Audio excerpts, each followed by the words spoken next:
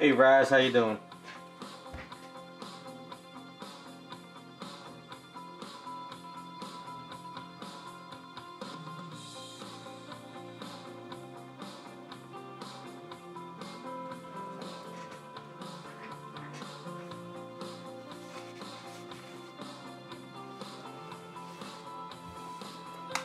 Well, that's good. Did you get a chance to do some personal stuff?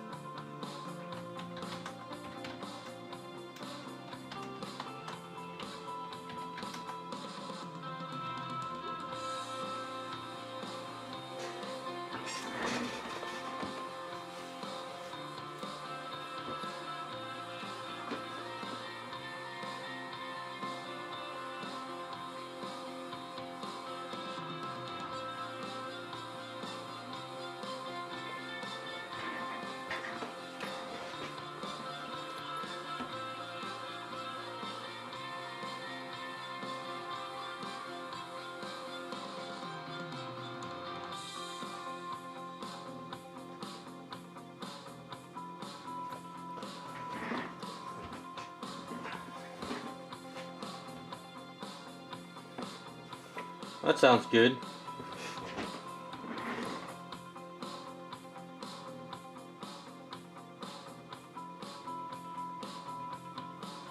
Yeah, I was hoping to do some personal stuff tomorrow, but I got other plans. Maybe Sunday I can do some stuff.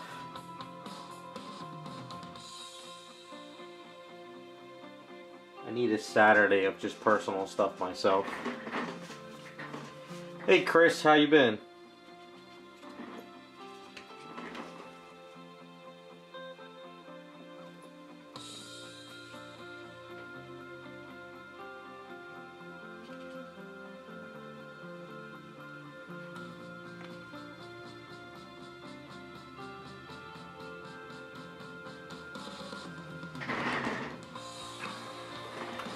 Hey Raccoon and Ice.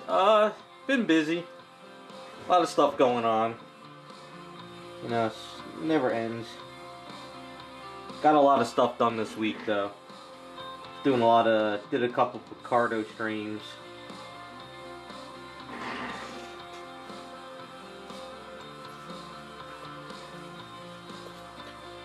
So we're gonna try to do now is get Giganta's outfit and shoes done today. And I got Flash prepped up for paint as well. So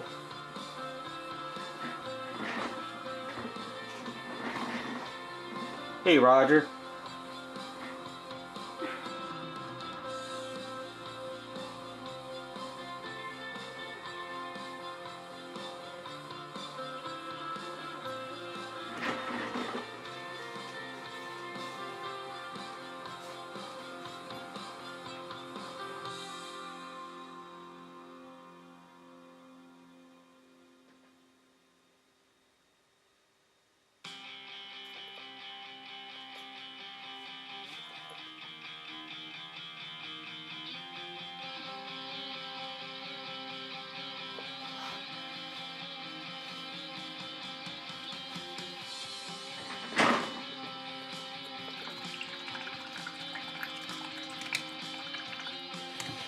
Hey Matthew with the 40, thank you. Appreciate it, man. You didn't have to do that. Glad you liked the show.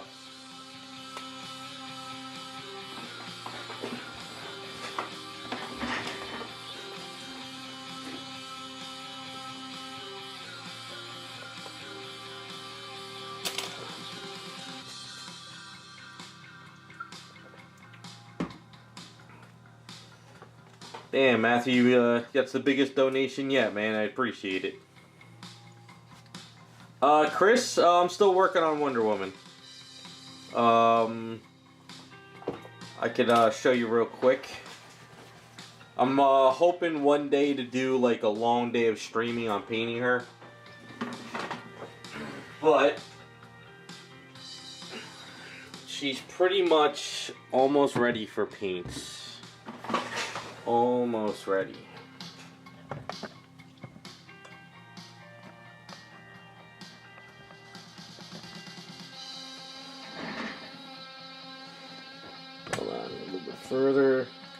So, Wonder Woman is pretty much set up.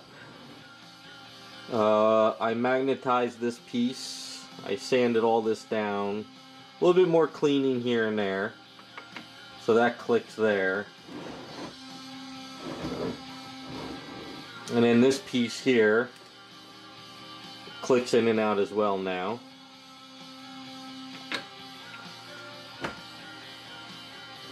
So she's pretty much got to clean her up, get everything situated, and then I'm going to do a day of painting up the skin. And it's going to be a long, long session of painting skin. But it should look pretty cool when it's done.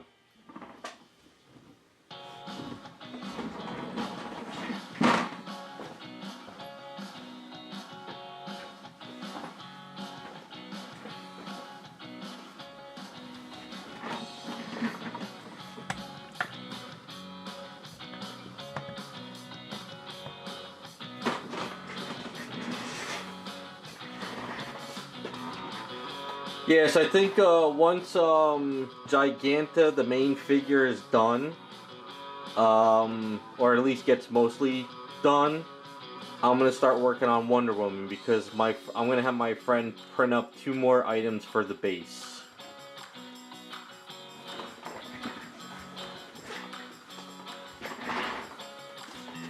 But I think once Wonder Woman is painted up, it'll look pretty cool.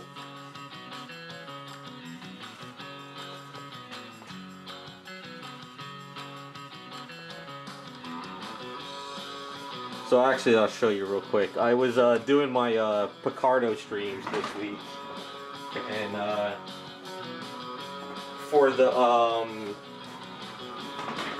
for these tentacles, I painted up these tentacles for a base.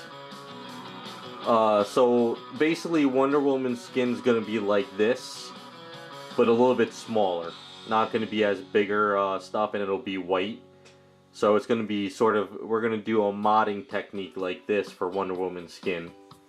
So it'll be like a lot of blues, grays, reds, whites, and it'll kind of look a little bit funky like that, like almost like zombie-like. So that's kind of what we'll end up for doing for Wonder Woman, but it won't be red, of course.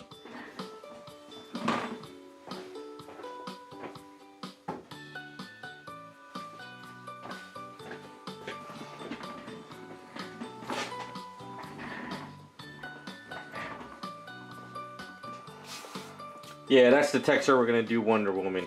Gonna be a zombie. I'm probably gonna have to pop out the new airbrush for it though, because the old airbrush is on its last leg. So.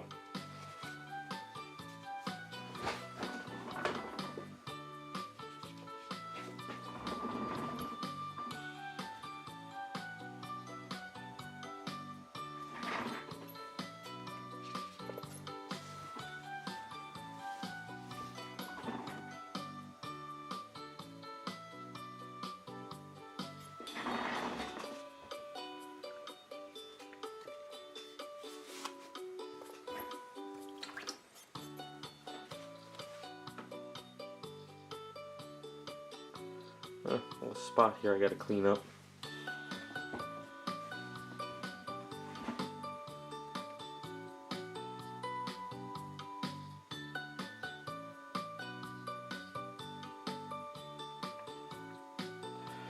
It's kind of hard for the rocks, Iceman. It all depends on what you're going for, you know.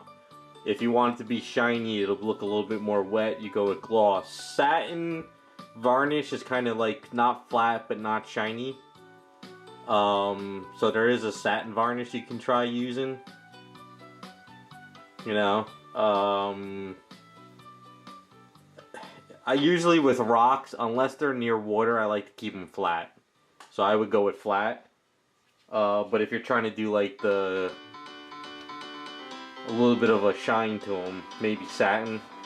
It's kind of hard to tell. It all depends on what you're going for.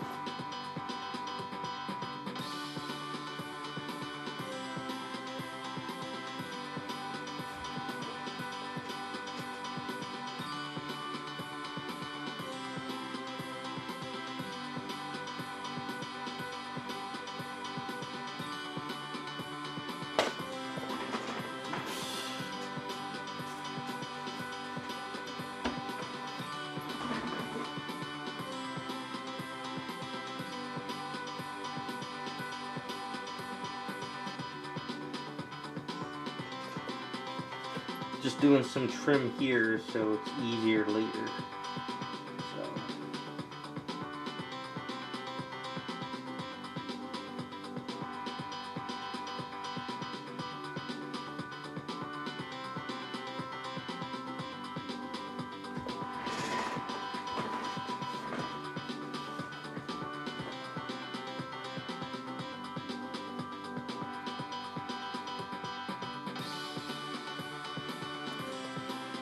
I would toy with it. You know, you can put satin on there, and then if it's too wet, you know, like glossy looking, you could go back with some matte.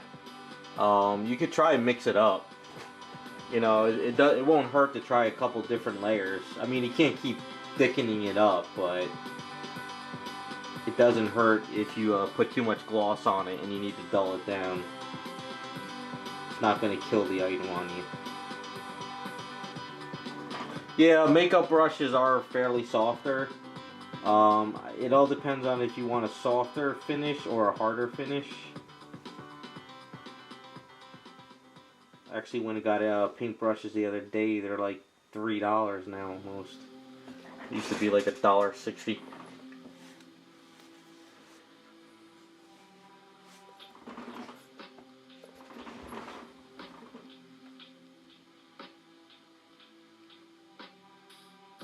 Gonna have to go in with some pastels once I paint this. Kind of darken up the edges inside. I just want to give it a little bit of a darker color for right now.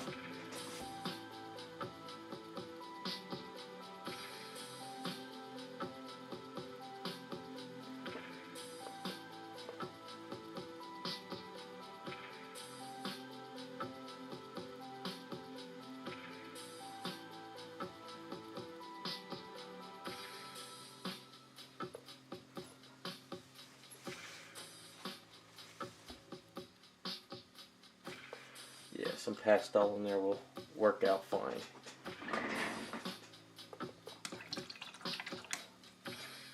Yeah, I've done it a couple times where I put too much gloss on an item and then I hit it with the matte and it varnishes it back down. It's the only thing with I think with the Mecha varnish, the thicker and thicker you get it, the more cloudy it'll get. So you can't put like that much on there, but you know, a nice thin layer kind of works wonders. The other thing too, Iceman, is most paints, like most of these paints are kind of glossy. They're not naturally flat. So you can mix the matte varnish in with the acrylic paint and you can sort of give it a matte finish when you dry brush it on. So you don't have to do a varnish on top of it. You know, like, you know, you could tell like for the cup here, you see how these paints when they dry, they're still shiny, but if you mix some matte or satin in there, you can sort of dull it down where you don't have to do it too. I do that once in a while on stuff. If I want to dull it down, mix a little varnish in it too. It won't dull it down a lot, but just a little.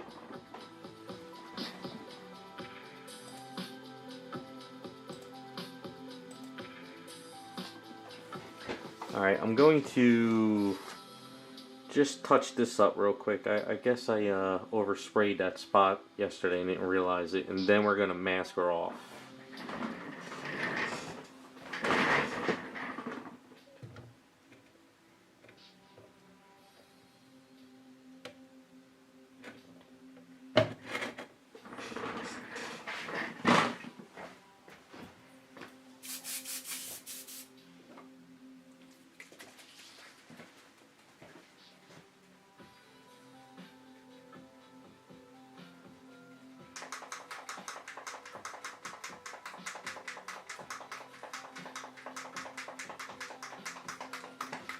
Yeah, it's either or. You know, it's if you want it, you know, if you want it matte right away, you can do that because all paints dry. Except some of this garage kit stuff dries flat, but some of the Vallejo, some of the whatchamacallit, Liquid Tex, it's got a gloss finish on it when you paint on statues.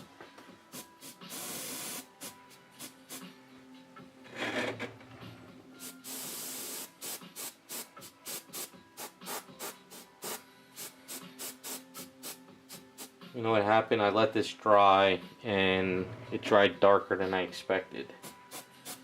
So just tone it down a little bit.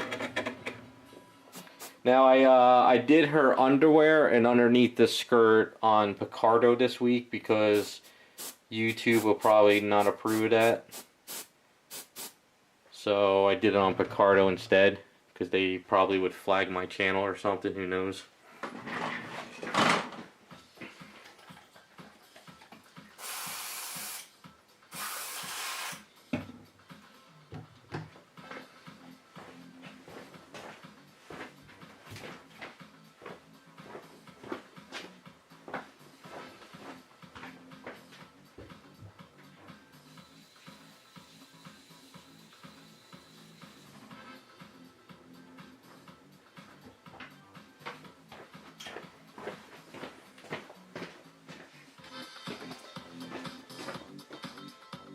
Yeah, I wish I was joking, but, you know, so you could see I did underneath it all. It's just that YouTube probably wouldn't approve.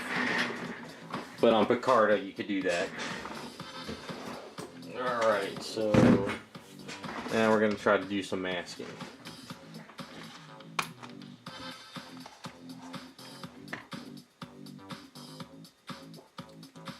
Hey, what's up, Raphael? Yeah, I didn't stream last Friday because there was a lot going on. Some personal stuff came up. So I didn't have a chance to stream. But I tried to make up with it Picardo this week. So you guys got to make sure you sign up on Picardo. You know what? I'll link it in chat again. This way, I like to go live during the weekdays when I'm at the desk.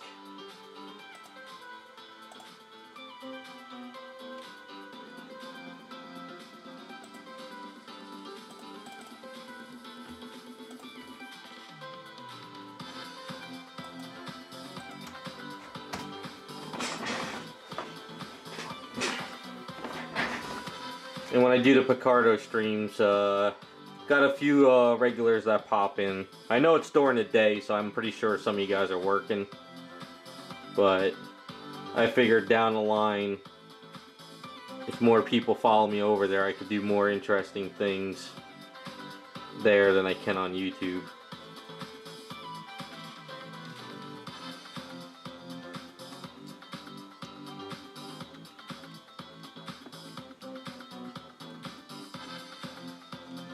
Yeah, Iceman, the algorithm's all messed up. I've been actually getting flagged for a lot of videos lately. There's a company claiming that the music I'm using is theirs, but it's not theirs. It's actually a royalty-free from a producer that's been around for ages.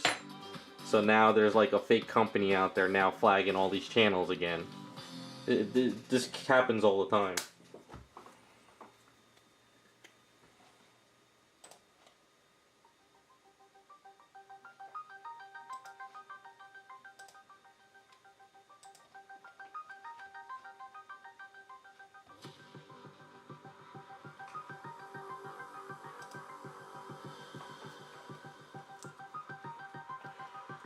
We're gonna try to make a nice silky dress for her. Not super silky, but not flat either. But you can see how much of a pain in the ass is the paint under here.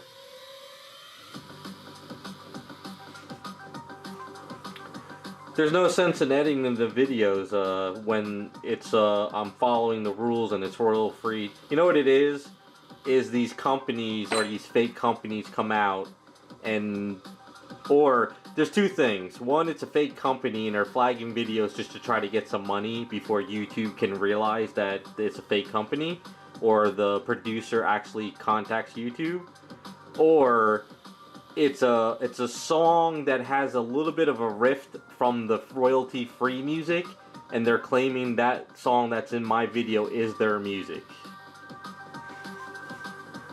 Like I said, ever since I got on YouTube, there's a couple royalty-free sites I belong to, and that I follow the rules, and it just happens from time to time. Like 2 of the videos that got flagged, I did a dispute, and they came back in my favor, because I guess they realized that it is what's in my video is legit.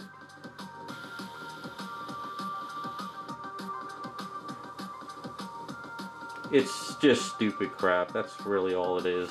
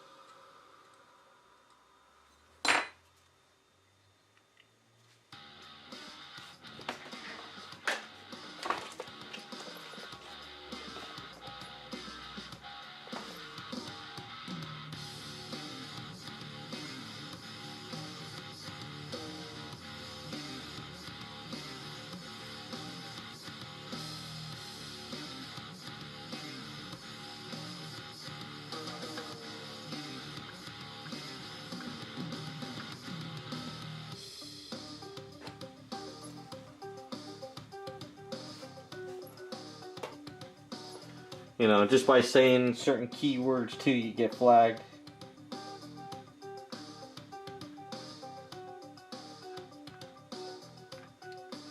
Oh well, what's the world we live in now? That's why I like Picardo a lot lately. And I was telling people on Picardo this week, maybe in the future, if Rumble starts getting better with live streams, I might try and stream on Rumble a little bit. Maybe there's a little bit more leeway on there. So I'm thinking of trying to do that maybe down the line too.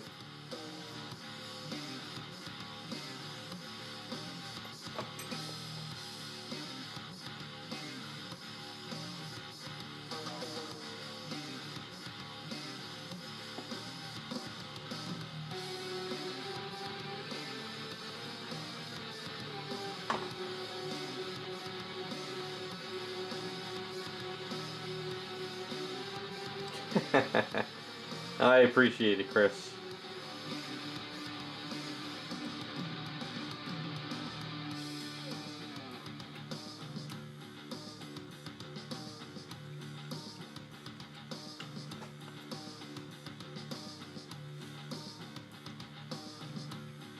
Oh yeah, so for Giganta's whatchamacallit, her base. I was on that CG Trader site, and I think I'm gonna have my friend print out a park bench and a garbage can to add to the base. So I think that would look kind of cool. I was looking at, actually I save it, it's like right here. Hold on, where is it? Is it this one? Is it this one? Come on, load. Or what's this?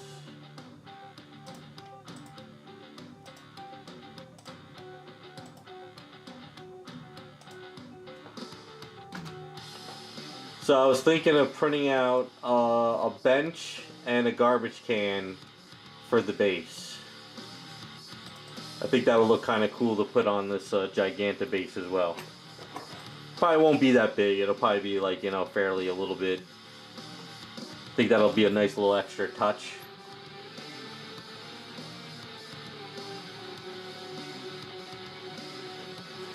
So we'll get more of the park feel for the whole base.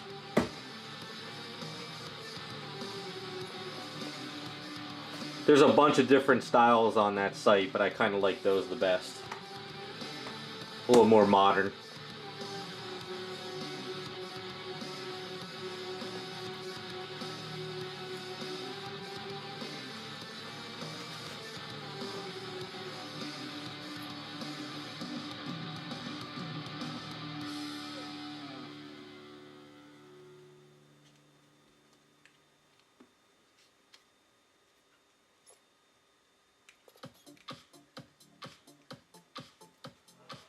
Yeah, and I still got to bother the Iceman on Sunday. I almost finished the file I'm working on. So I'll send you an email and show you what I'm looking to do. Probably take you no time at all to do it.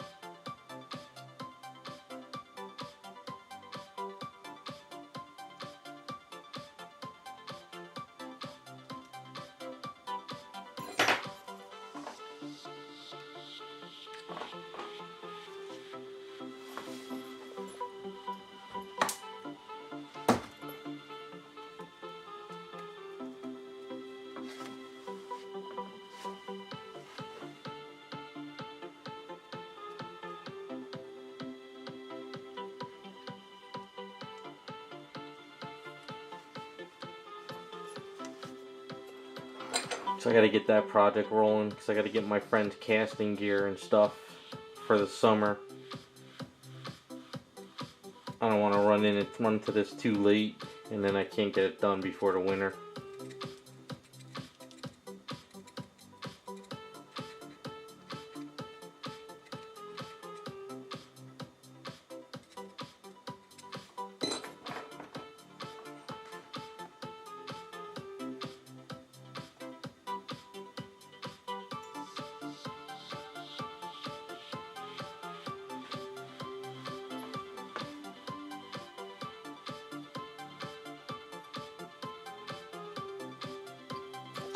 There's a guy who builds lightsabers for 1/4 statues. I wish I knew who it was.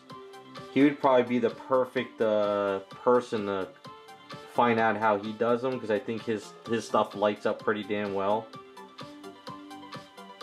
I saw a friend of mine showed it to me a while back, but I can't remember for the life of me who it was.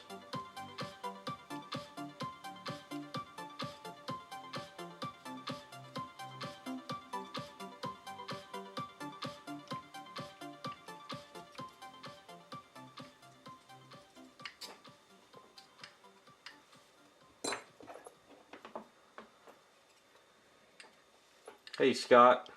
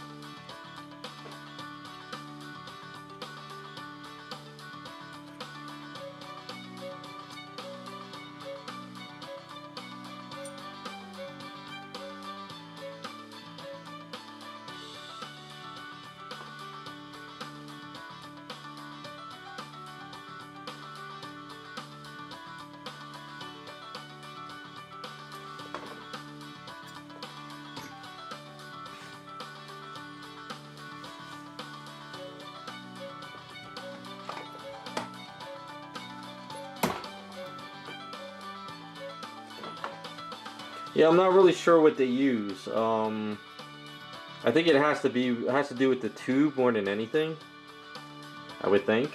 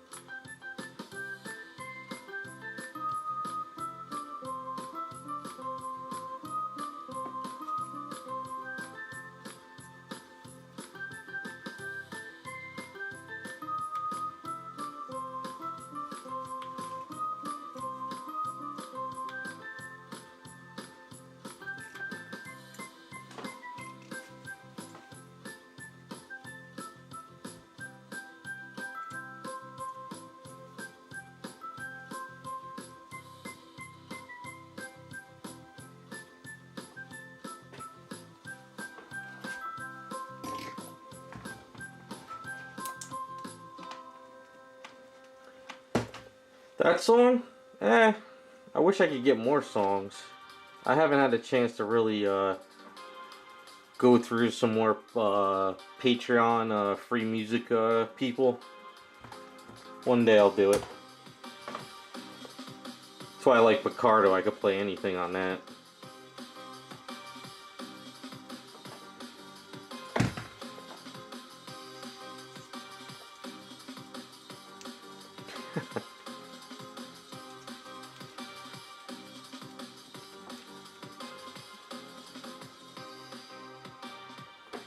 Well, I'm not really doing kid-friendly items at the moment, so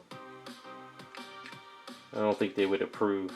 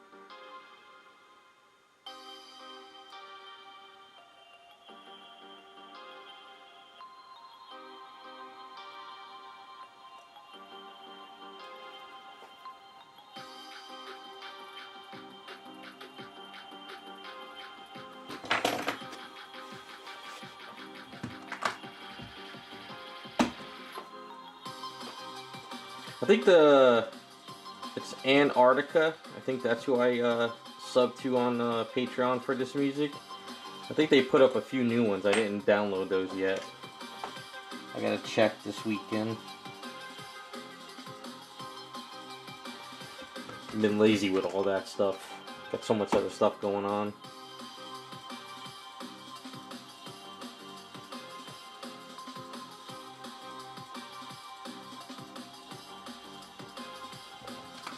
I mean, if you guys ever find any royal-free Patreon or sites, you can always send me a message on Instagram. Could always look into getting more options.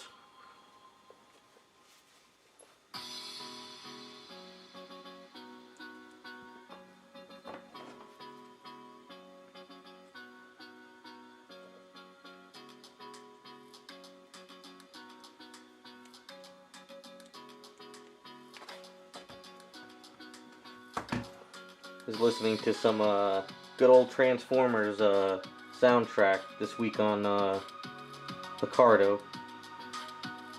I wish I could be playing that right now.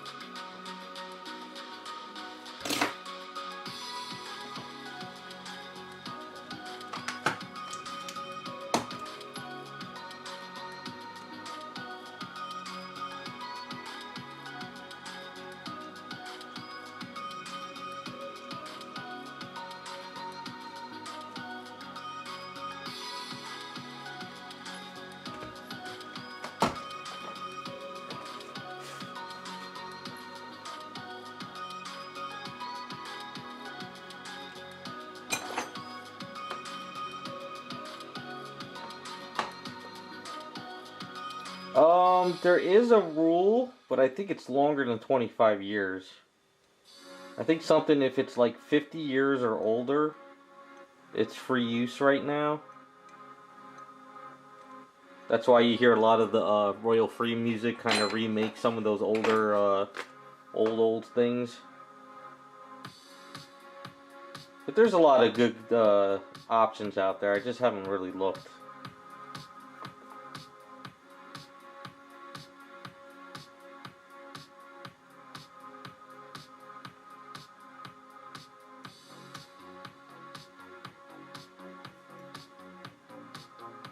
There's a couple good sites that have some really good songs, but it's like $15 a song.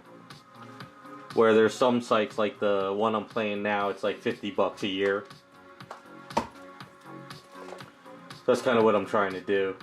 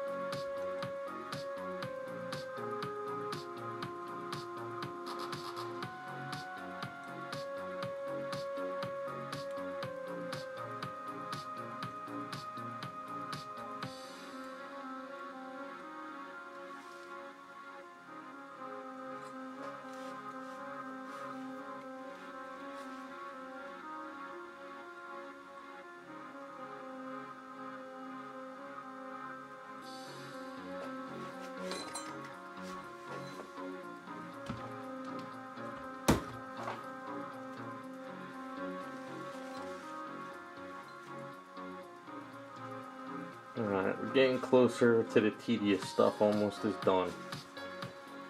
Just gotta keep plugging away at masking this crap off.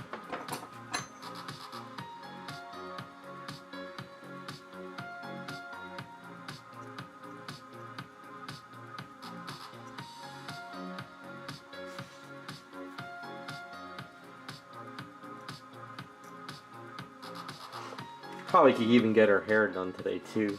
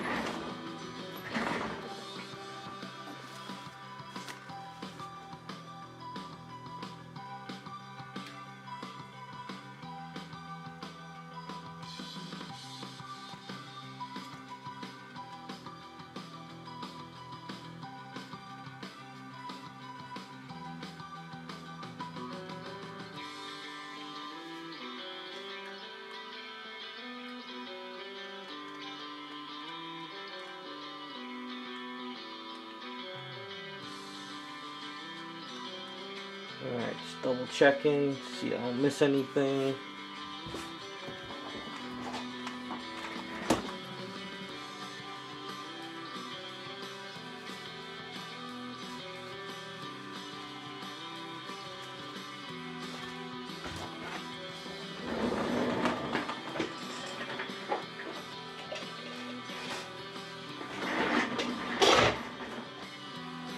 Do we know what color her eyes are? Are they green? I forgot. Not even looking at the picture at the moment.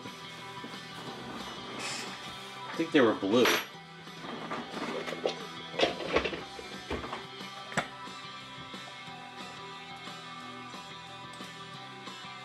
Yeah, in the picture it's blue eyes.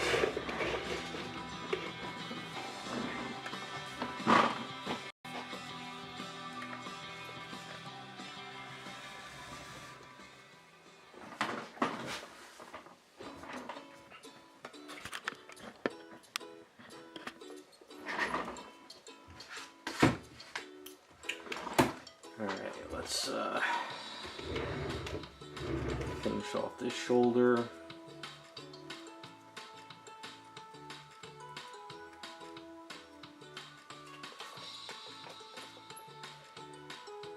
Yeah, the guys in chat and Picardo said that Northman was supposedly really good.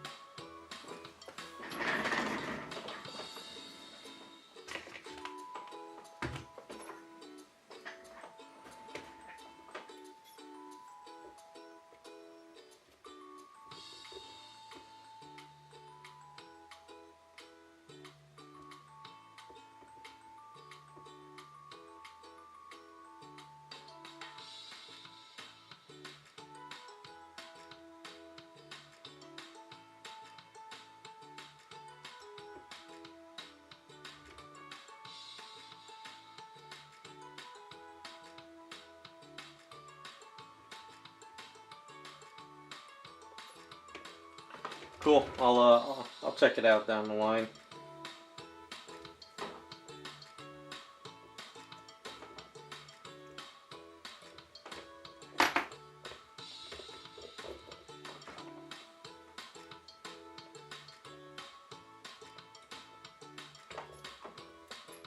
I don't like movie theaters anymore. At least the ones by me are bad. It's all those ones where you can order like dinner and stuff. They closed down a lot during the pandemic, so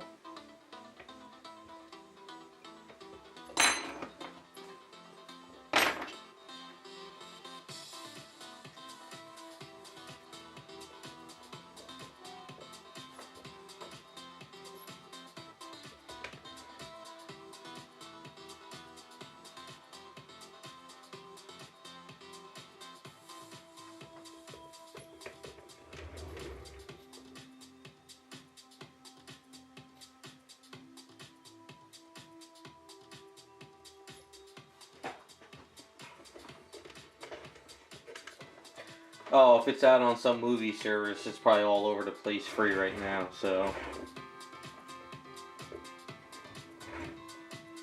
that's the thing about streaming. The minute it's streamed online, someone rips it right away, and it's free everywhere.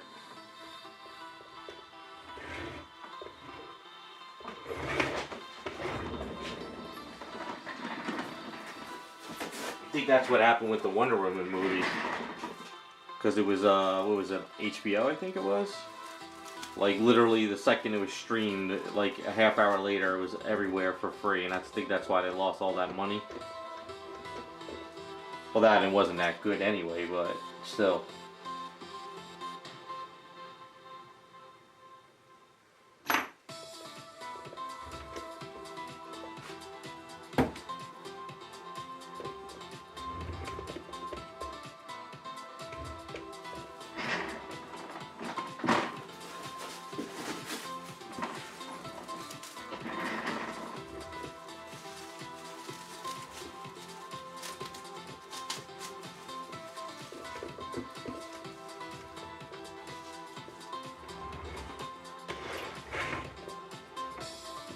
Oh yeah, I agree with you, Iceman. It's just that we live in an age now where the minute it's online, it's everywhere. So that's why I think a lot of streaming services are hurting. Well, that and they don't make good stuff anyway, but still.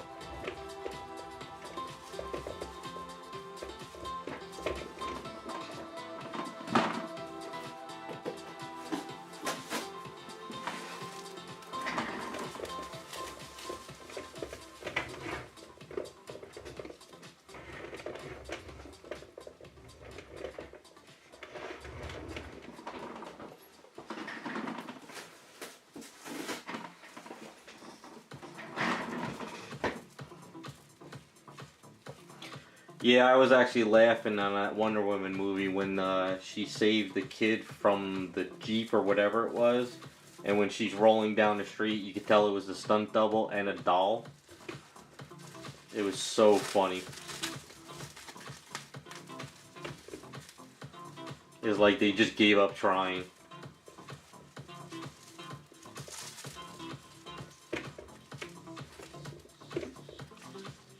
I saw Venom 2, and yeah, it's, you know, it's one of those movies I saw once and I forgot all about it, because, like, they did with Carnage, like they did with that one Hulk movie. Like, Carnage was, like, 3 stories tall. Like, how the hell did Carnage get so tall?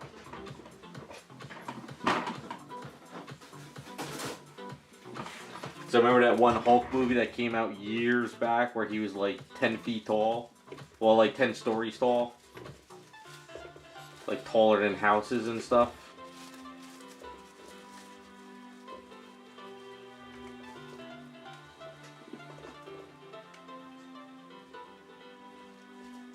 Yeah, I saw the Batman, and literally I kind of just stopped watching halfway through and I started playing my video game on the iPad. Usually when that happens, the movie just doesn't keep me involved. I mean, I like that it was more of a detective movie, but it wasn't like a detective where I could figure out who did it. It was more of just like, I don't know, I just lost interest. I'm sick of Batman. I think that's what it is. I'm just sick of Batman movies.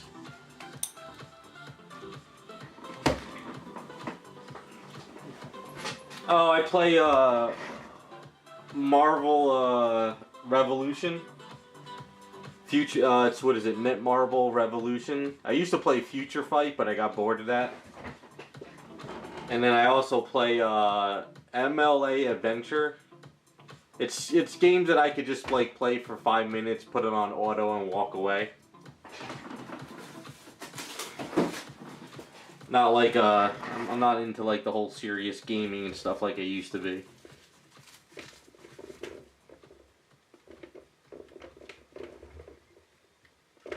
But yeah, if I end up playing a game while a movie is playing, then I know the movie's just not for me, and it's not keeping my interest.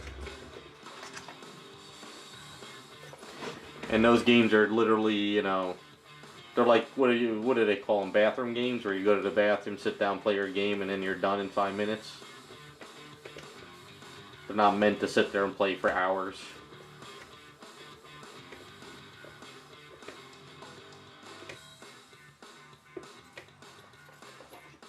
I used to play Summoner's War back in the day, and I got bored of that. You know what it is? The games are fun, but they're just, it's the same thing. It's not even really a game, it's more of a collection. You collect the character, you build them up, and then you collect another character, you build them up, and that's all they really are. So I play them for a little bit, mess around, and then I move on to the next one, because a lot of them are pay to win anyway. So you get to that level where you have to start spending money, otherwise you won't be able to do anything, and that's when I quit the game and move on to something else.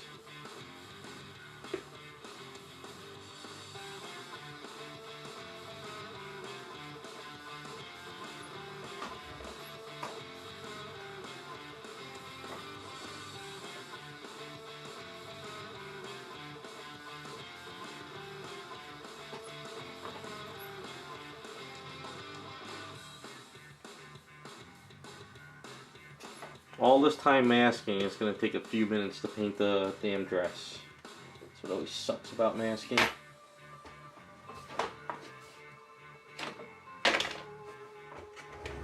Where the heck's the other tool? Drop it.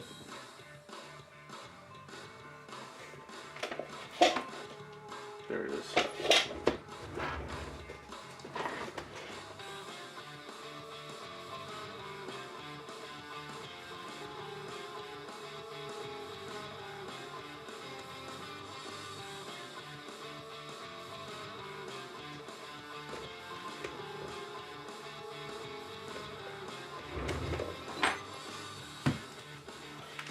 Iceman, what games did you work on? Anything I might have known of? I'm not really into the games that much, but never know if I ever heard of them or saw them.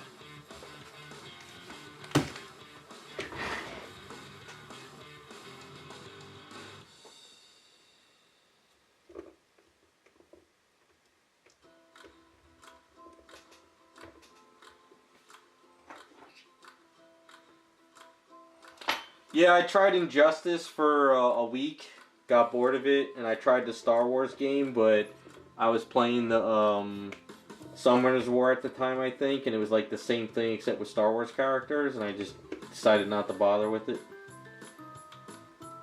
Plus, I'm not into Star Wars that much, so...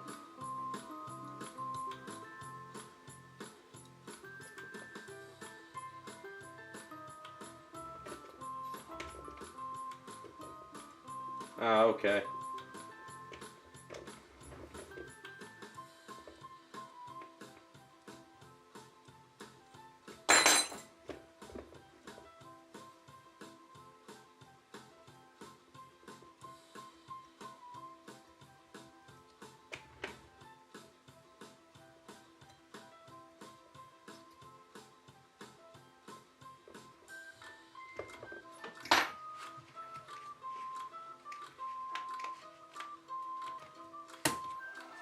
Yeah, sorry man, I never heard of those. But then again, like I said, I don't really sit through games. I did have the Street Fighter games on my iPhone, well my iTouch back when I used to work as an advertiser. So I would take long breaks in the bathroom just to sit down and play. Just to get off the computer for a bit. Just mess around. Until my boss started realizing what I was doing.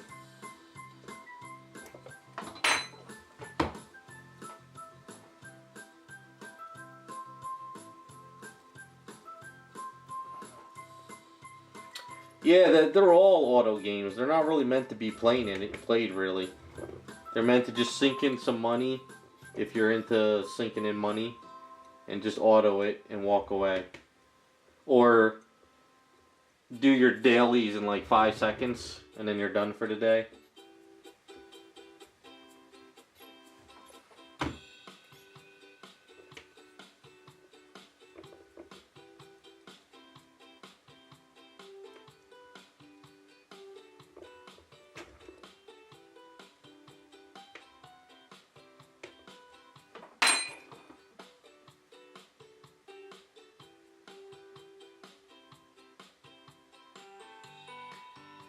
Yeah, I miss the payment games. They don't really have those anymore. Now it's all microtransactions. And that's what I hate. Like, I'm not into PvP, but all these games that are PvP mobile, literally, if you want to do any of it, you have to drop money, and a lot. Because you'll never be powerful enough to do anything. So that's why I play the PvE stuff, and then I quit the game. And then I move on.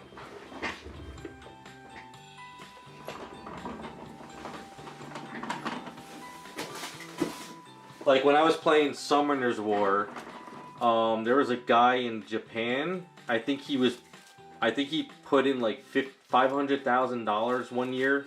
He's like the top player in the game. Not that he was a good player, it's just that he spent the most money. So he had all the monsters. They were all powerful. You know, it's like you can't compete with someone like that.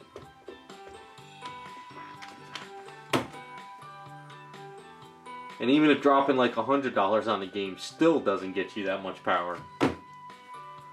It's I know some people, when I was playing Future Fight, they were dropping $1,000 a month on the game.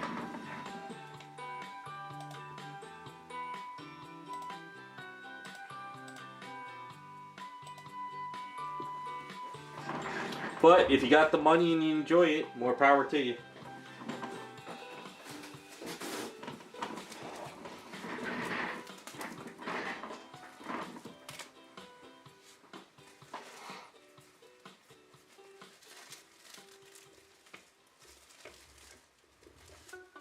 I think Future Fight. I think 1 year I got a bunch of gift money through iTunes gift cards from some family members. So I think I used all those for the game because I had all the music I ever really wanted. So there was nothing else to spend the money on.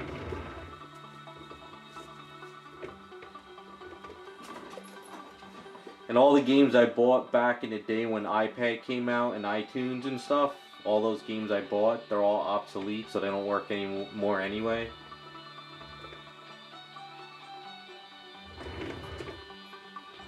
Alright, I think we are all masked up. I'm going to just double check the legs more, make sure I didn't miss anything.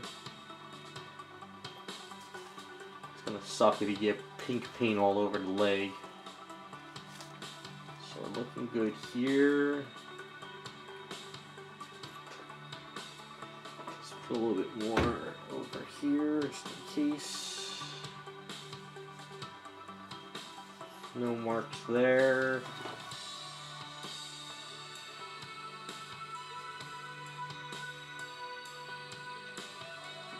It's a little thin here.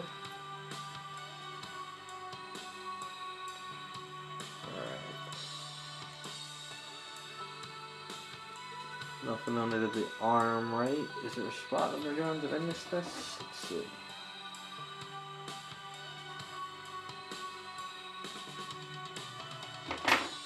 Nothing under there. Alright, I think we're good.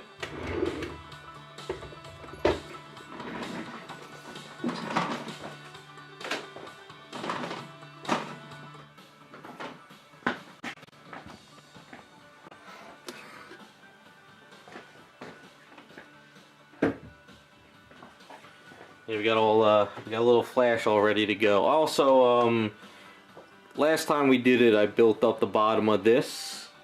But what I did is I put 2 rods on the side of these wheels, and I put some eaves on there to strengthen up these wheels because they would have broken off. So at least now they're a little bit stronger. So there's a rod on the inside there, and there's a rod on the inside here.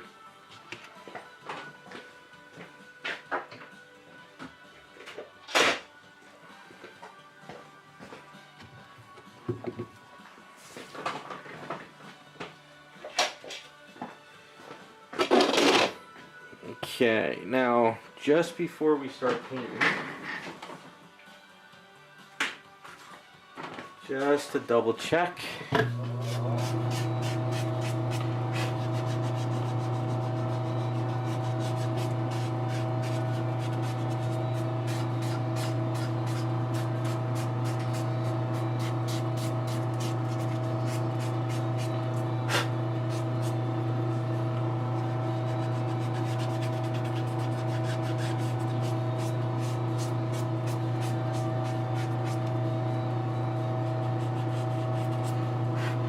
Usually when I try to do a little sand like this, I like to have it masked so no dust gets on the other area. Just want to make sure there's no roughness.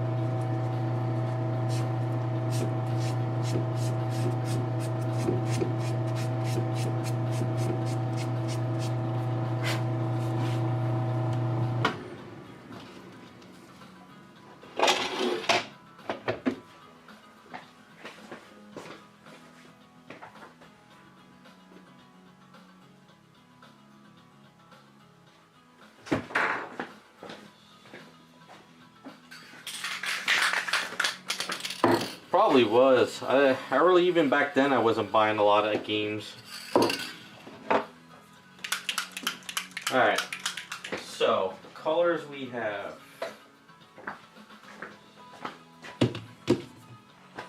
And where's the pearl? What do I do with the pearl? Here we go. Alright, so I got a base color pink.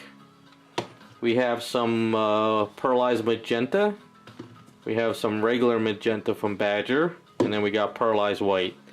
So we're going to definitely use the base color. We'll do some shading in there. And I think what I'll do is I'll mix up a little bit of these two colors together. And get a silky purple look spray over on top. But I'm going to spray this down just because if I have any fingerprints. Just kind of make sure we kill any oils or whatever.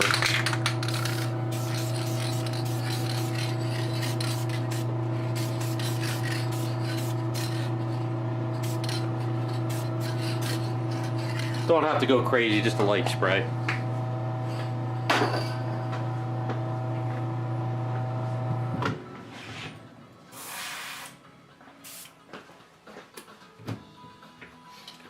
So what I'm going to do is I'm going to mix up some of the pink and the harsh magenta and do the underside of the skirt first. I want that a little bit darker than the outside. It'll just be easier because I'd use this sort of to do the trim in the inside. Now Badger opaques are very watery. They come out like, and they stain a lot too. So they're pretty watery paints. You got to be careful. They'll bleed on you too underneath masking. But we're going to take a couple drops of the base coat. And then I'm going to use a paintbrush to mix it up and spray underneath.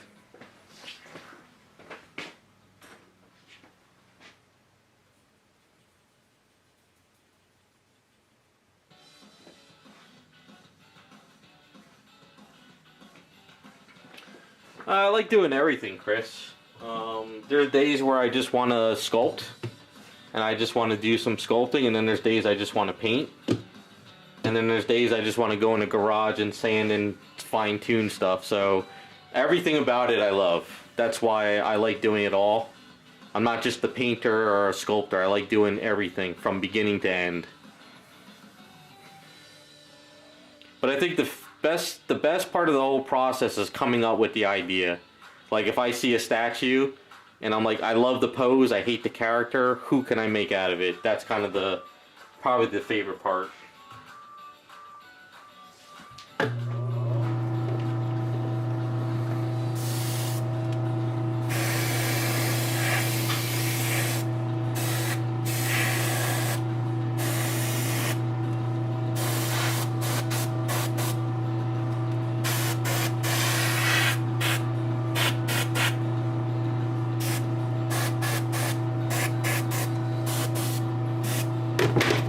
Alright, it's a little too light.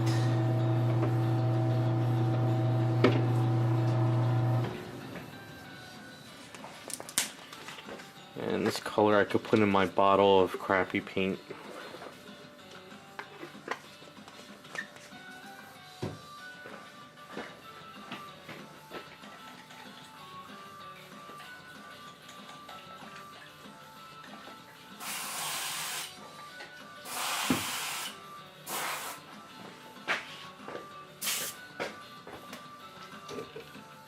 With the lighter brush, and we're going to go with this. It's going to be a little bit tricky.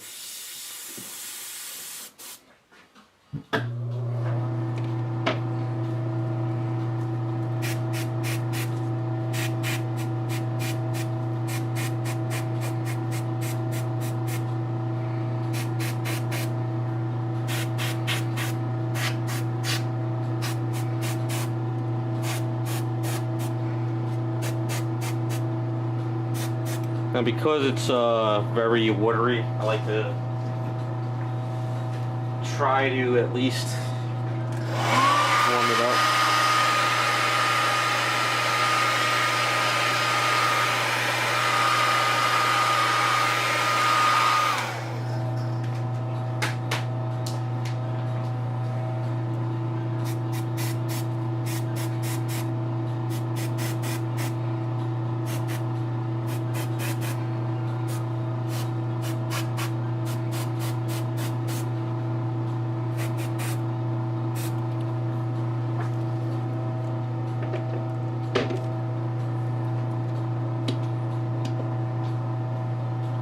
up a thicker paint. Let's see, let's try.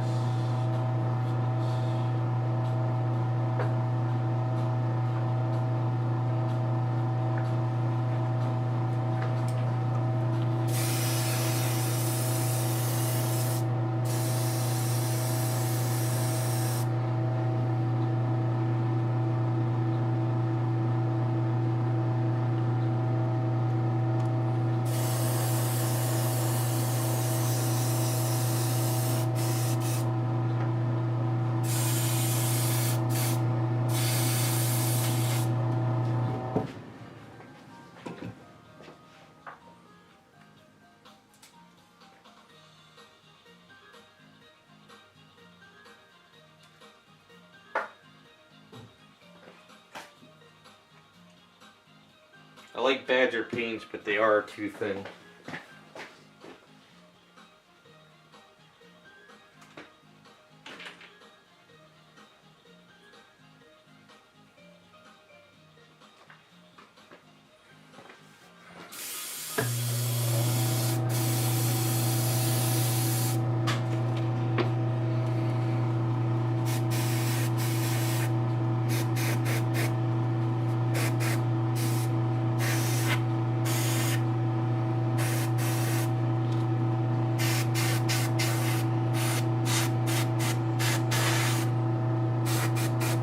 Now you can see why factories do everything in pieces and put it together, because it'd be a nightmare to do this on 1,000 statues.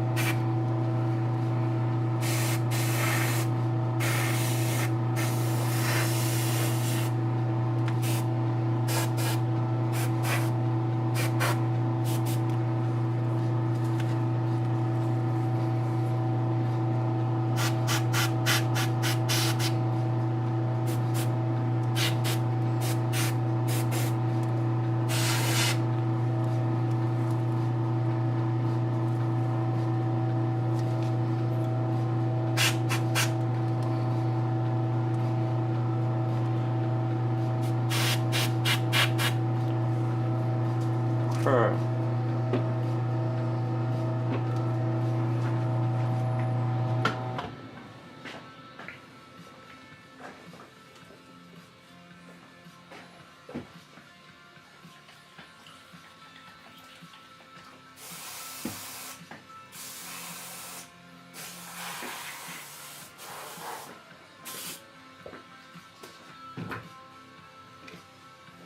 Like I said, the underside we'll miss some underneath of it to lighten up the underside in certain areas, but this base color looks like it's a good color for the base, so I think this should work out well.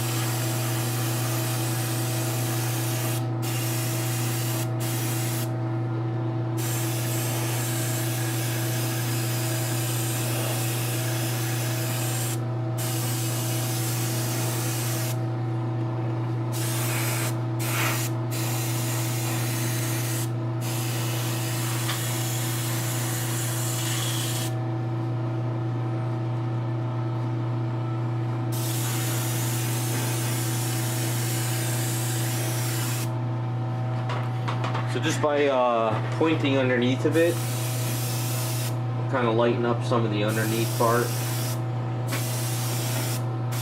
without going crazy.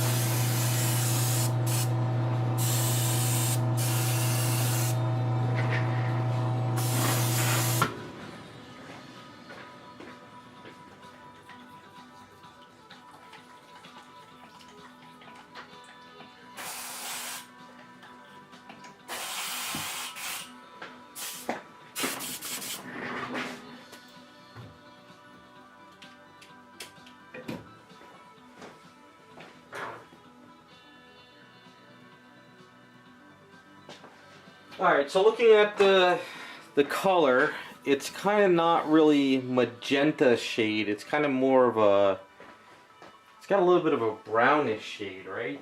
Looking at that picture.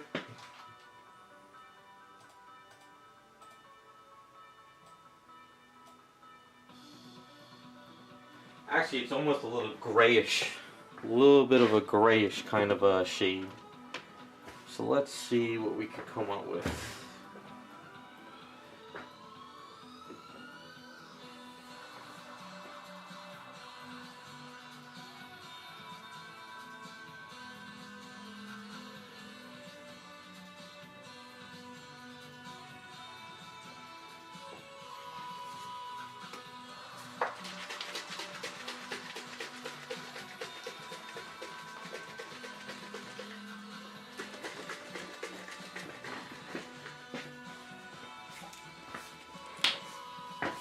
So this right here is my bottle of all kinds of colors I mix up together, so I don't waste it. So I might try and mix a little bit of this color with a dab of this to see if I get that shade I'm looking for.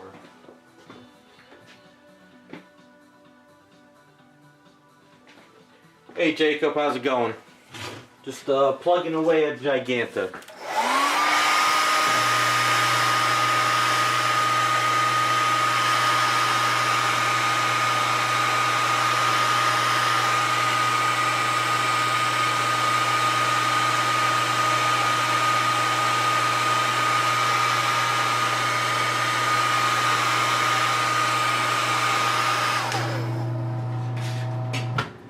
I don't know. Should we trying to think? Should we go with more with a red shade, or should we go more with a grayer shade? Because I'm going to do a misting of the pearls on it to give it silk. So I don't want it to. I'm trying to think here. What about if we mix a dab of this color, which is lavender gray. Maybe we'll put a couple drops of lavender gray in there. See what happens.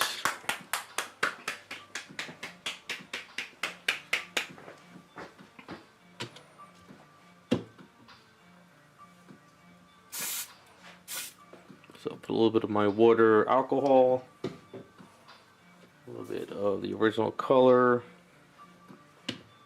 and we'll put some of this in here. and it's clogged. Hold on 1 second.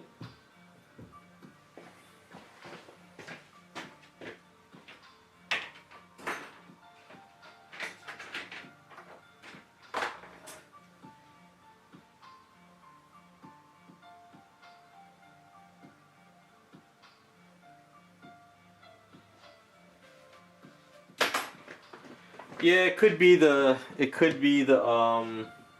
picture, but I want to give it sort of a silky dress, and you think if silk might have a little bit of a grayish shade to it.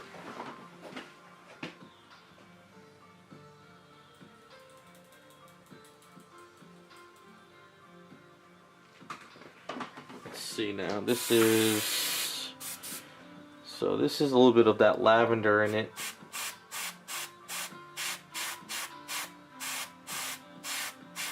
Yeah, I kind of like that. I don't know how well you guys can see, probably can't see it in the camera. You know what? I'll put it on. Let me shade a little bit more, and then I'll put it in the other camera and show you. Because then when I hit it with pearls, it actually might give it a really cool silky vibe.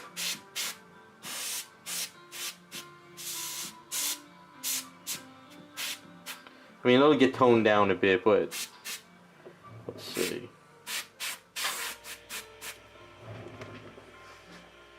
Alright, let me bring it over to the other camera and show you.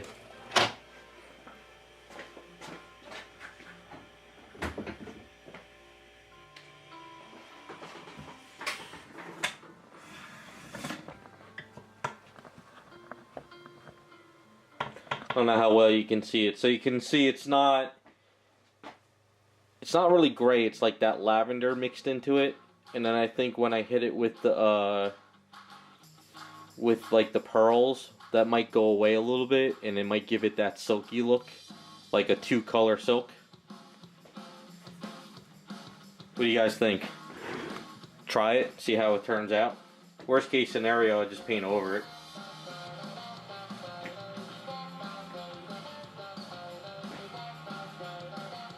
See, it's kind of hard to see because the paint's still a little wet, so you get that shiny look to it.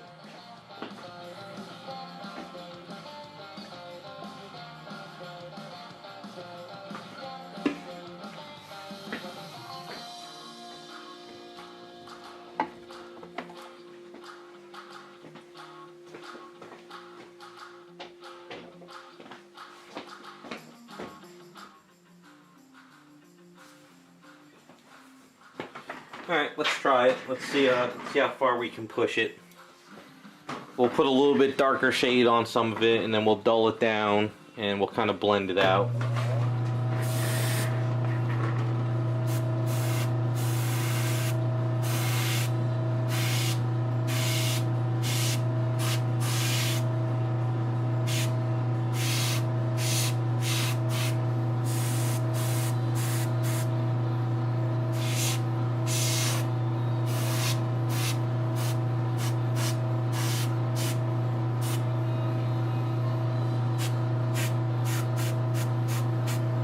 So like I said, it might be going a little harsh right now, but when we bring it down, maybe it'll tone it down more, so we'll see.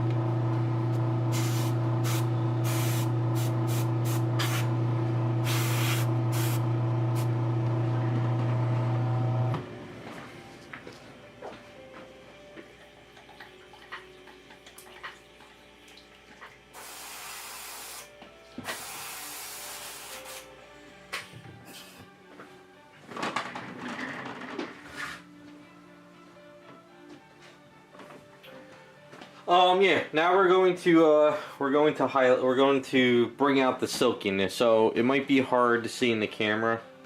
I don't know. Hopefully that kind of helps a little bit.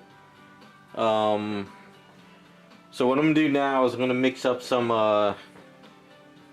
pearlized white mixed with the original color, and I think I'm going to put a little bit of interference red into it as well. So we're going to try to create a silky look to it,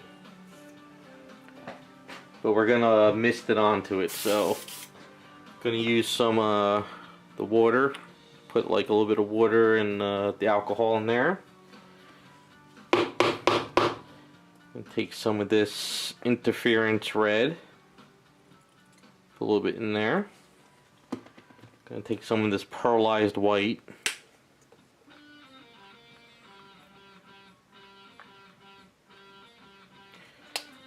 put a drop of this, because if you put too much of the original color in there, you'll kill all the pearl. So you kind of see I'm just kind of mixing it all in there.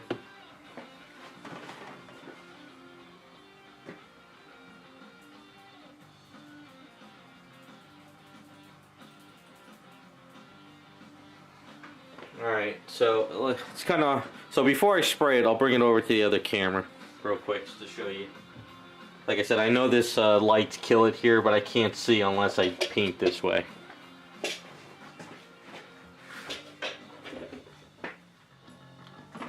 Alright, so you can probably see a little bit better over here. So you can see how I did a lot of these shadows. They're kind of rough. They're a little bit hard shadows on there. But now I'm going to spray it down. And we're going to go for that silky look to it. So it should take some of the shadows away, but it should still stay in there a little bit so you get that two-tone. So we'll see how it works out.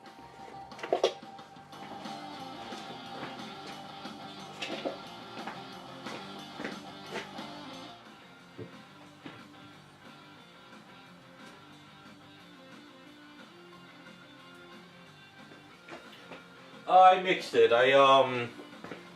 You're not seeing it on camera because what I do is I take this paintbrush and I kind of just do this real quick. You just got to make sure you do it with a paintbrush that doesn't have a lot of crap on it, otherwise it'll get stuck in your airbrush.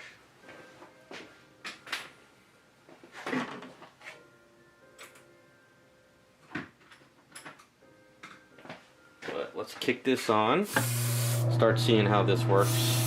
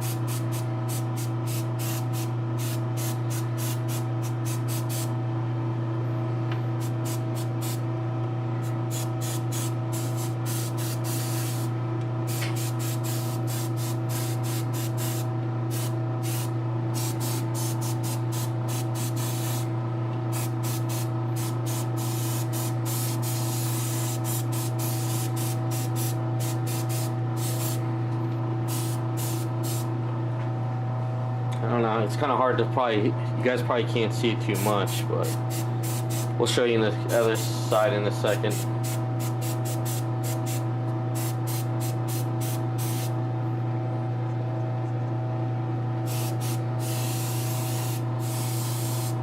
Now it's really pearlized and it's really jumping out at me, but when we kind of dull it down, it'll give it a satin look.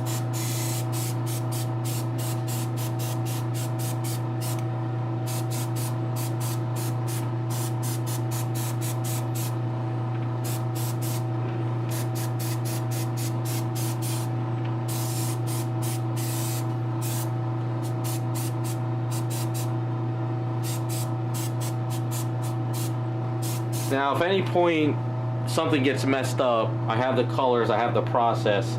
I can go back and fix it up. Like there's a little spot here I might have to fix.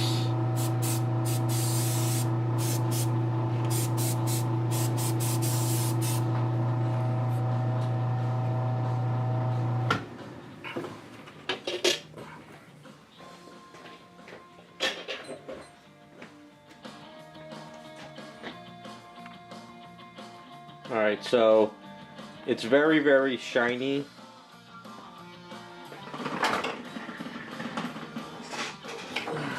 Hey, what's up, Hulk? The Icelander, when I sprayed right now, was very watery. It was very, like, misty and watery. So you can kind of see it's, like, silky right now. But we have that two-tone, so some of that white was hitting the grays, and it creates, like, a two-tone. But what I'm going to do... It's not really a pearl varnish, it's more of a pearl wash, but through the airbrush. So yes, like I said, this little spot over here is kind of messed up. So it's still wet. But I'm going to kind of dull it down a little bit and we'll see how it looks.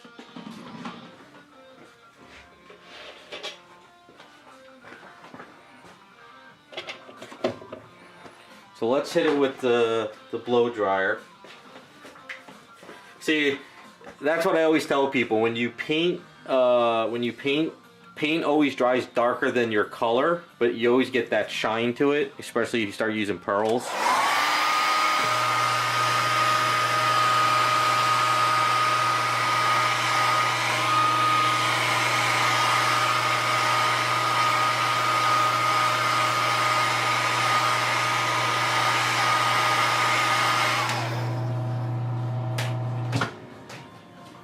Alright, so what I'm going to do is I'm going to leave this brush with the paint in it just for right now, in case I need to go back to it. But we're going to take our bigger brush, and I'm actually going to matte it down to like a matte varnish. I'm not going to satin it, because there's enough pearl in there right now that'll, matte will kind of give it that silk satin. So we're going to go back to our water, and we're going to thin down the matte varnish, so it's not going on super thick, because this stuff out of the bottle is really thick as it is. So just kind of take our matte, squeeze it in there, and then I'm going to use my paintbrush to mix it up. So all I do is I usually just kind of do this.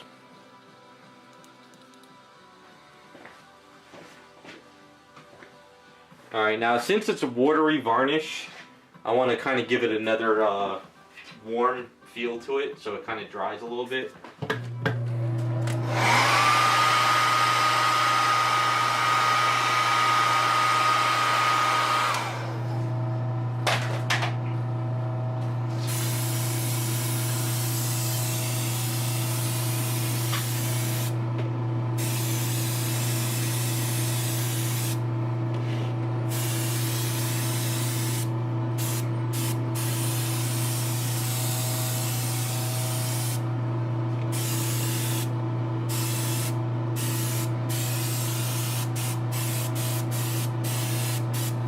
Now it's not silky. It's not like it's not turning into like a silk shine like it was.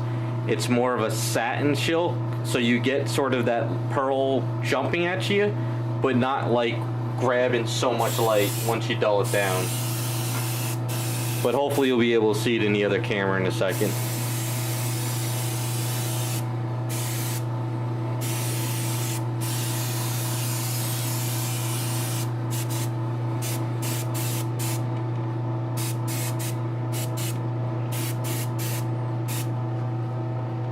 Yeah, so I missed a little bit of a spot there. So I got a little bit of touch-ups to do, but we'll get to those in a second. So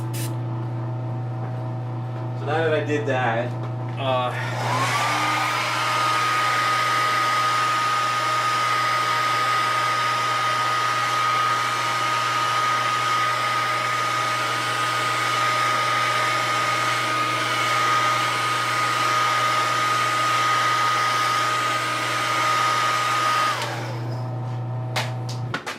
okay.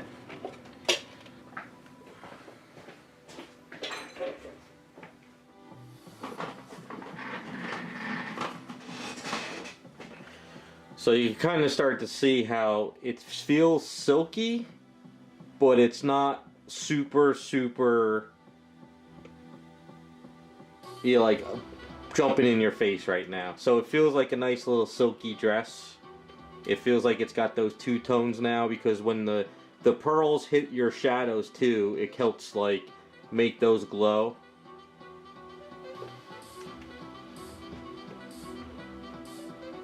And it gives it a little bit of like a sort of a little bit of a texture, you know. So it's not as bad. It feels like a soft, like velvety dress right now. So instead of forcing a highlight right here, because the way I'm looking at it, instead of forcing a highlight, the pearls, even though they're dulled down, the pearl gives you that highlight. So if you sort of start turning her upside down, the pearls grab those lights for you.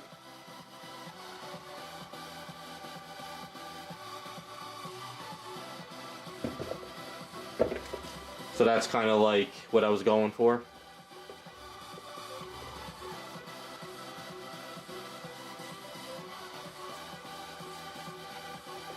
But yeah, like I said, I missed a spot up here, and I think I need to sand this part down over here.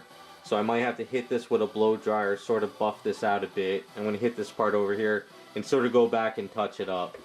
It's always good to make sure you go back and stuff. So there's some spots over here that could use a little shade. You know, and just kind of just go around and just keep making sure I hit stuff. But now I know it's not exactly like the artwork. I'm not actually matched that artwork perfect, but I kind of like it a little bit lighter. I think a little bit of a lighter outfit, kind of silky, makes it pop a little bit more.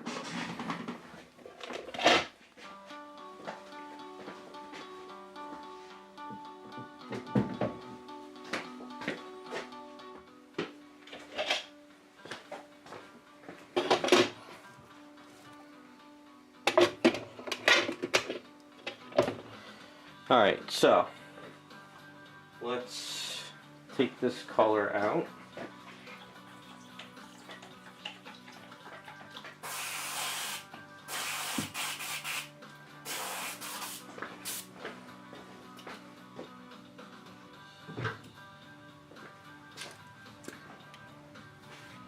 So what I'll do is, since I don't want to lose this color and I just cleaned out this brush, I'll just pour this in here. That's my wash up top, and I'll just keep it over to the side. And then I can use this brush with the original color. And if I want to use some more shade, I could go in there and do it. But like I said, I kind of missed a little bit of a spot there. And I think what I'm going to do, if I can pull it off, I want to bring out these marks up here. So let's grab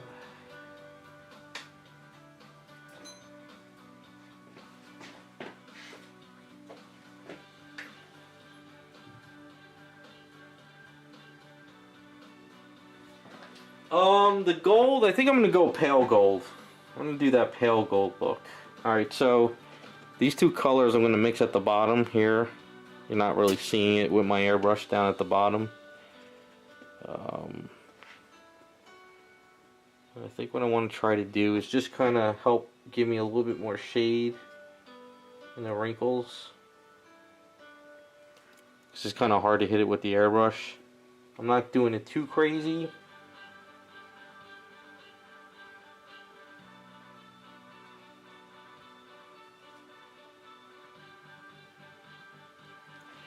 So what I'm trying to do is kind of force out those little wrinkles up there, because it's hard to do it with the airbrush to get in those little areas.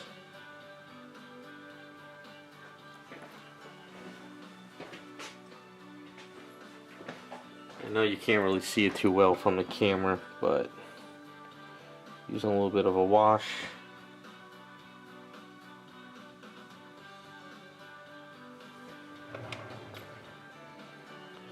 And then we'll do the same over here.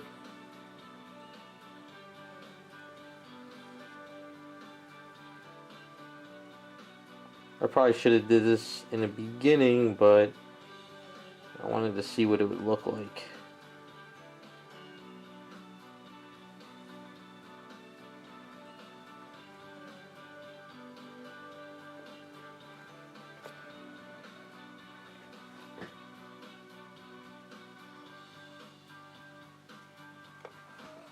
So it's kind of hard to see.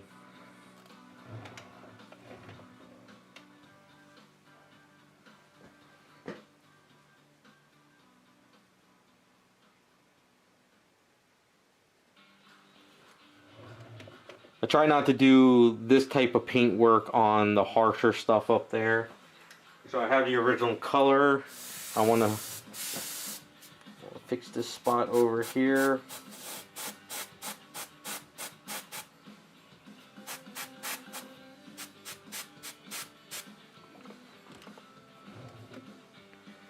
Like I said, as long as you know your process and your colors, you can keep going over and over.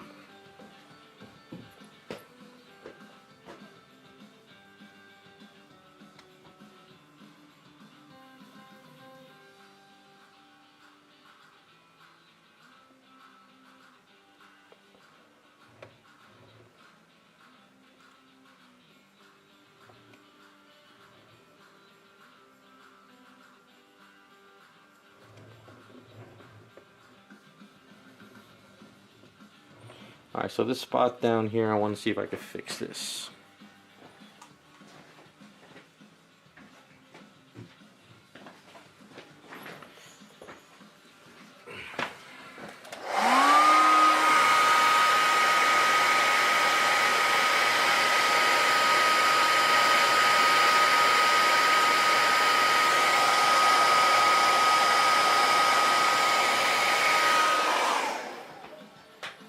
Depending on what paint you use, sometimes if they're rubbery paints, you won't be able to sand and patch as you go. Like Createx paints, like regular Createx, is a nightmare to try to paint and fix.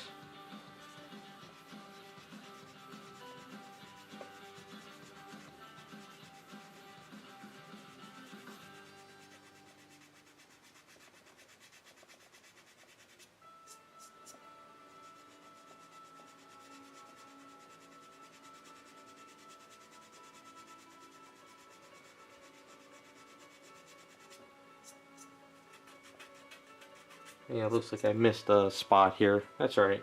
Easy to fix.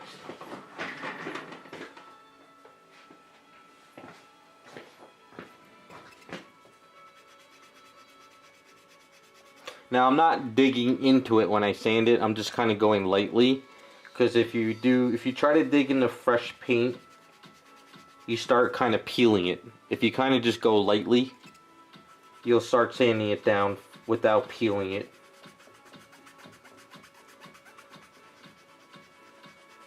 If you try to do this with certain Tamiya paints, you'll rip it up. Their metallics sort of dry fast, but their regular paints don't.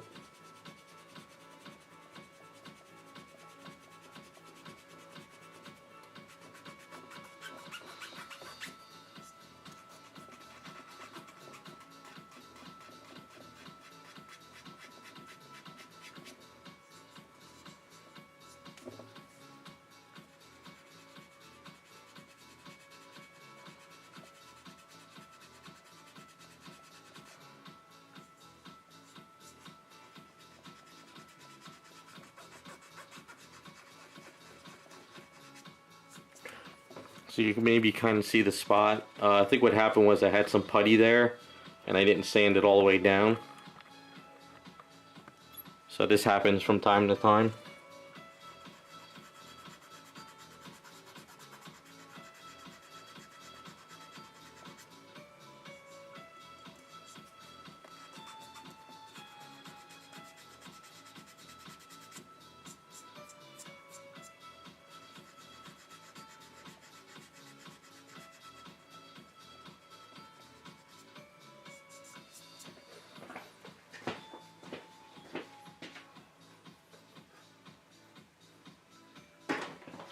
No, it was putty. It was that Tamiya gray putty. and I didn't sand it down all the way.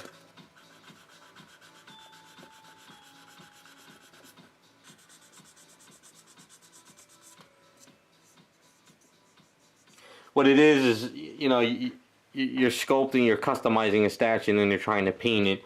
So you're doing all steps in one. And sometimes I just miss stuff. But, yeah, if we go to...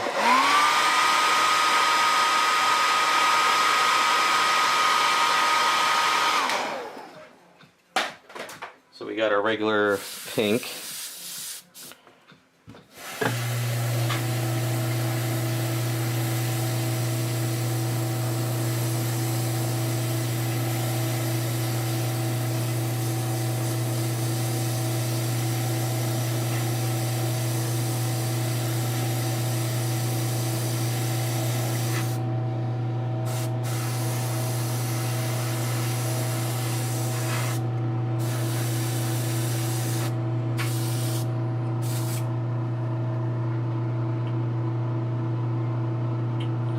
Mix in a little bit of that gray lavender.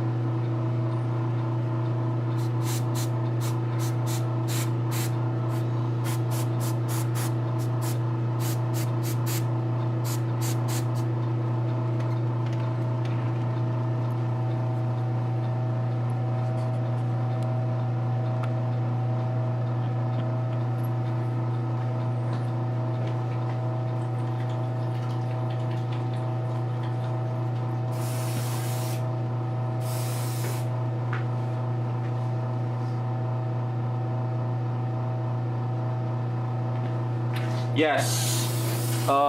Two reasons why you're probably getting splatter. One, you're probably starting to get caked up or your paint isn't mixed up. And the other thing too is the minute you start spraying, it might splatter on you because if you have stuff there. So what I like to do is, if it's probably hard to see when I airbrush, I don't start spraying directly onto the item. I spray away and I bring it to the item. Unless I have to hit a very specific spot, I hope that my airbrush isn't clogging. But when I want to spray onto the item, I spray that direction first, and then I bring it to the item. You know, or like if I'm going to do shade here, I'll spray on the arm first, and then I try to bring it there. Because usually, if you're getting a lot of splatter, you're getting drops, you're getting stuff caked up in there, your paint is not super thin. So you gotta be careful. And if you are spraying heavy and you're getting splattering, your paint's not mixed up correctly. There's a lot of things. It could be your airbrush, the needle's bent, or the nozzle's too far opened, or your paint isn't really mixed right. You just gotta kind of play it by ear and get used to it. So like for instance, I want to spray this down with a little bit of that.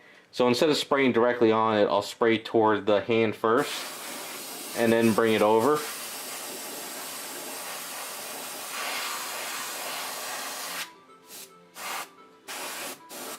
So anytime you pull your brush back and you spray, it's always try to get used to having it away from the item.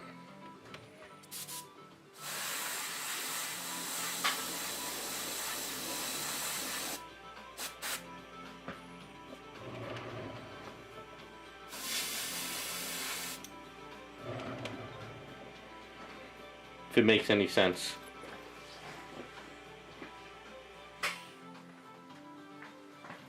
Yeah, so like if you look at my brush at the moment, there's like a little bit of smudge of paint on top of that. So when you go to spray, that'll kind of cake out and push away from it.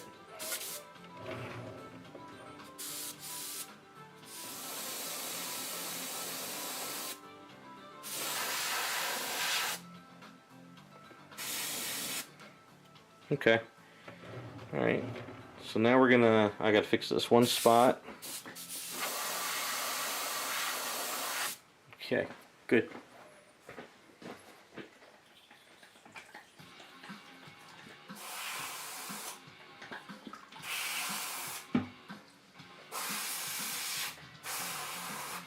Oh, the other thing too is, do you ever, when you clean your airbrush, do you use the super lube?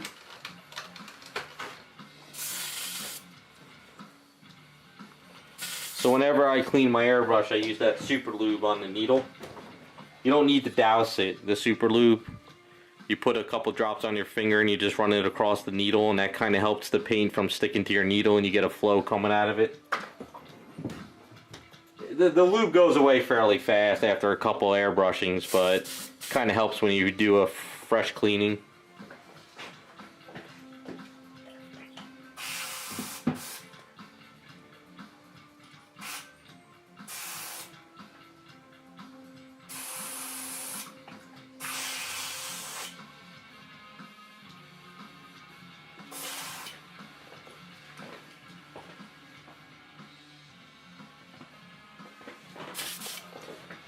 Okay, so now we go back to the paint we saved that has the pearls in it.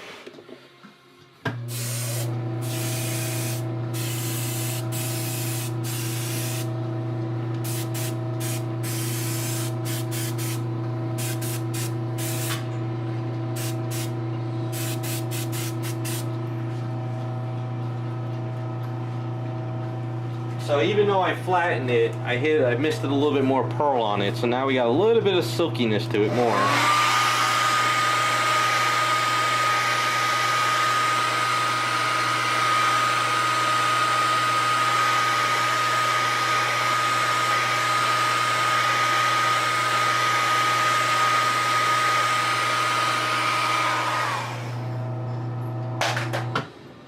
So I'm pretty happy with where it's at. It feels pretty good as a nice dress.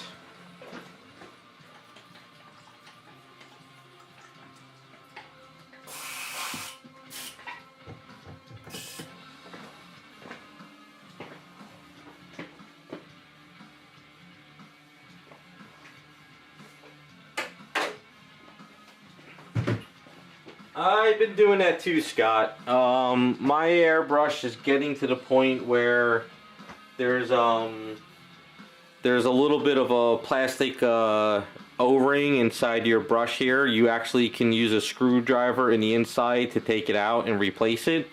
I've replaced the O-ring in here 2 times already, and I'm still getting that clogging. So it's time to actually retire, because I think what it is my main thing is getting screwed up. So I'm going to actually use my new one come Wonder Woman. So I got a second one here, and this one's brand new.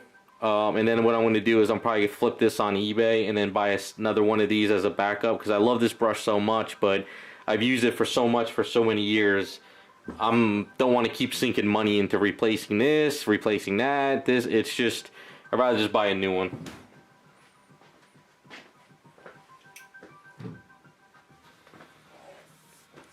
But we're going to take off the masking.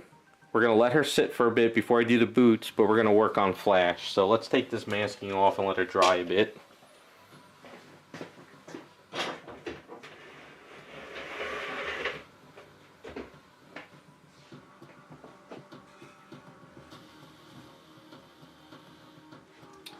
The airbrush that I showed you, the Iwata that I'm using, I've had it for almost 10 years now. Almost 10 years. I've replaced a lot of parts on it. But yeah, I've replaced the Teflon in the inside a few times. But the problem is if you tighten the Teflon too much, you destroy it right away. Like if you send it to Iwata and they actually fix it for you, they do a good job. But I'd rather just buy another one. I love the brush so much, so I always like to have a backup, because I have a habit of sometimes kicking my airbrushes off the table. So I always like to have a backup.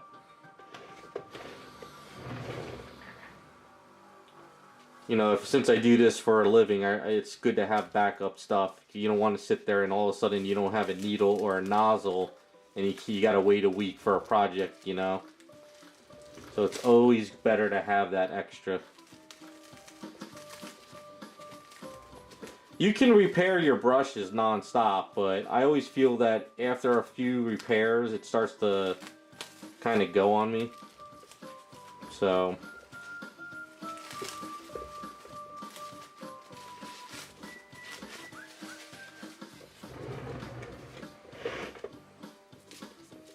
And then there is O-rings too. You know, there's little rubber rings on parts of your brush, and those can go bad too. I think, what do we got? Memorial Day coming up. Usually there's sales from Midwest Airbrushes, and there's another airbrush site. I think it's USA Airbrush. They send me emails, so I'm gonna see if there's any sales on one.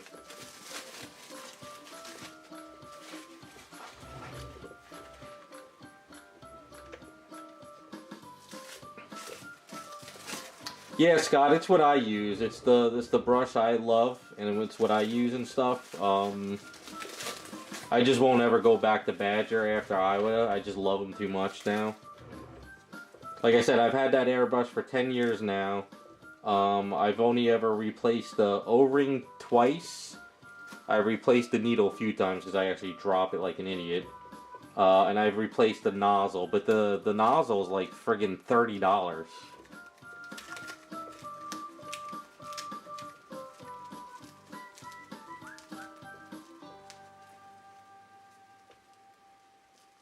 Yeah, that's the problem, Iceman. If you put that, if you tighten in the, I was a noob when the first time I ever replaced that Teflon. I thought you had to screw it in tight, and you can't get the needle in because what happens is you crush the Teflon, but then when you loosen it back up, you already crushed the Teflon, so it's too late.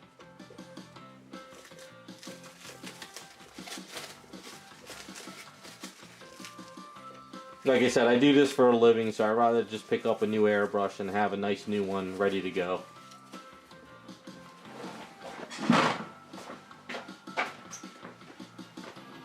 You know, it's like I'm a car mechanic or any other dealership or whatever. It's good to have extra tools in your arsenal. You know, if you're painting a skin tone one day and it's going amazing, and then all of a sudden your airbrush is dead, it's nice to have an extra one.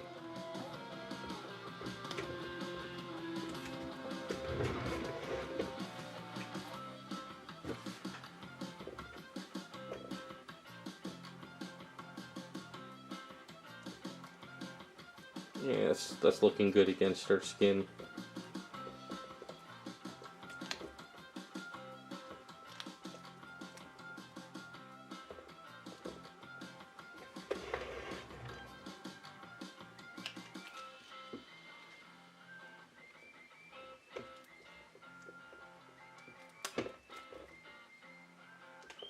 I'm probably gonna have to clean up the edges a little bit, but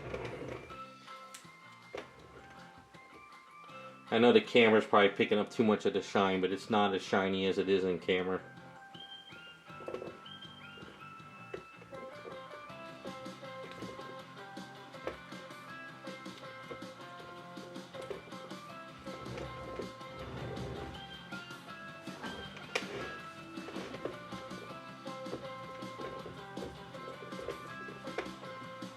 Actually, you know what? We'll do the trim on our hair, then we're gonna do flash. Then we'll do the hair, and then we'll do her boots.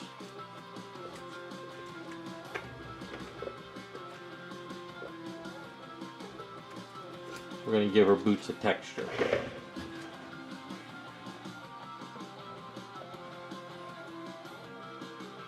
So I can try to get the reflection out of there, see?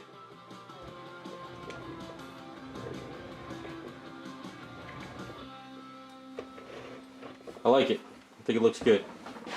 It's got a nice whitish silky look to it.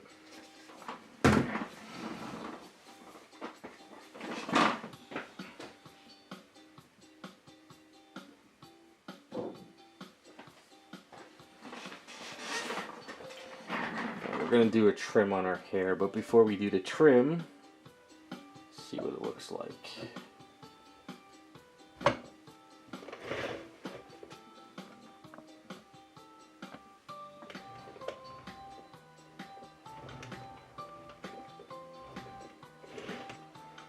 Looking good. Not bad. I like the lavender gray shade. Gives it a nice two-tone. Looks pretty cool.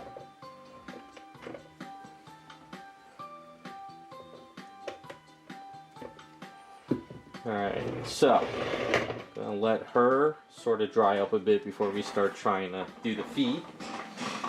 Let's grab our towel.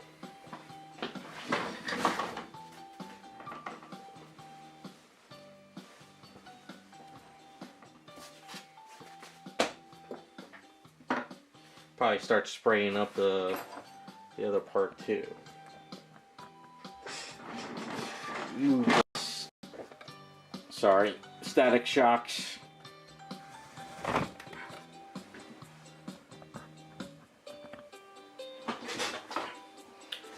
So she has orange hair, right? So we want to go more of a redhead orange with her, or do we want to go more with that artwork? What do you guys think?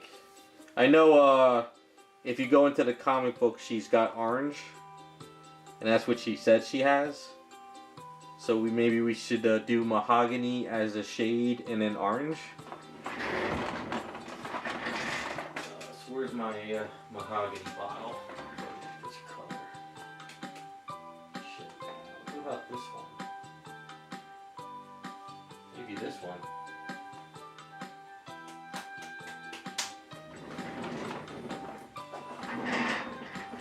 So this is a little bit, kind of almost that color.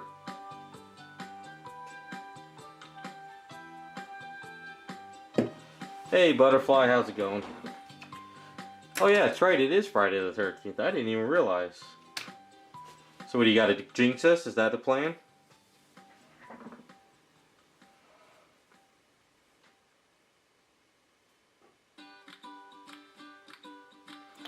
So mahogany is darker than this. This is from Scale Color. It's Indian Shadow. Indian Shadow.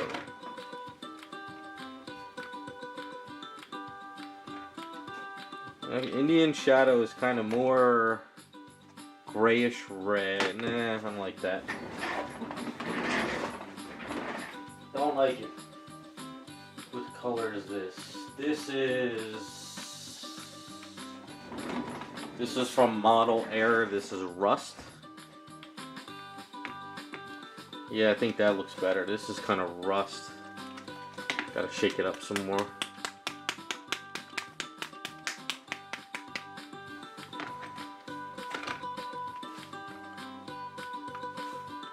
No, that's a little bit too light. Yeah, well, we're gonna mix some mahogany. Screw it. That's what we're gonna do.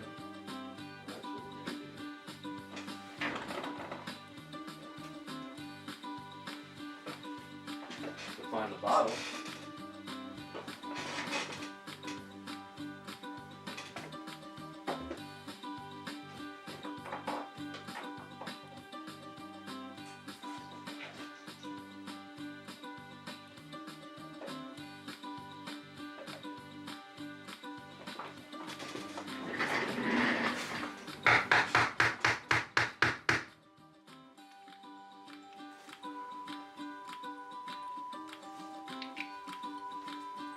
Alright, we're gonna do.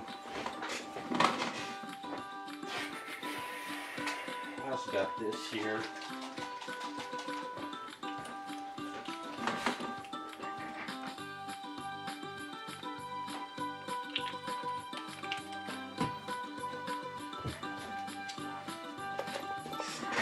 So I always like to do my trim first. So we're gonna mix this in with some orange, get a little bit of a darker color. It's just easier for masking.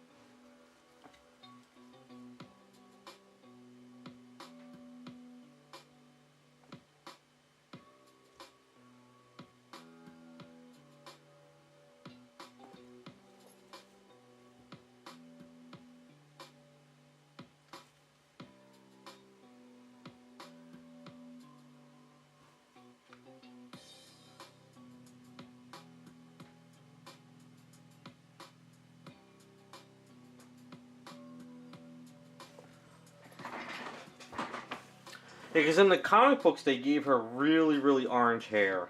Like really orange. But in the anime, as you see in the picture, it's kind of more of a muted orange.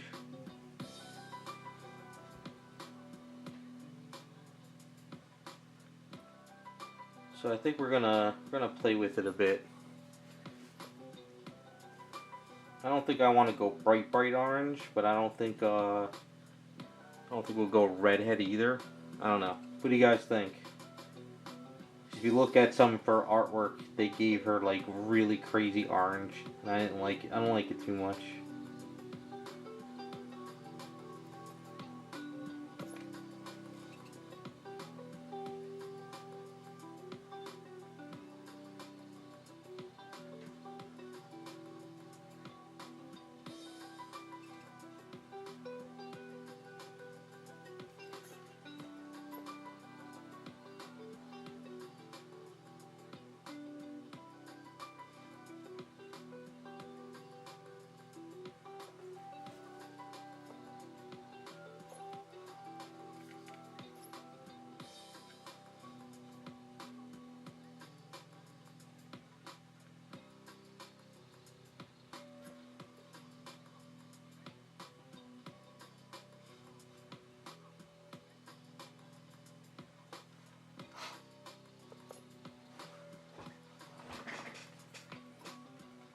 Gotta gloss up her lips yet too.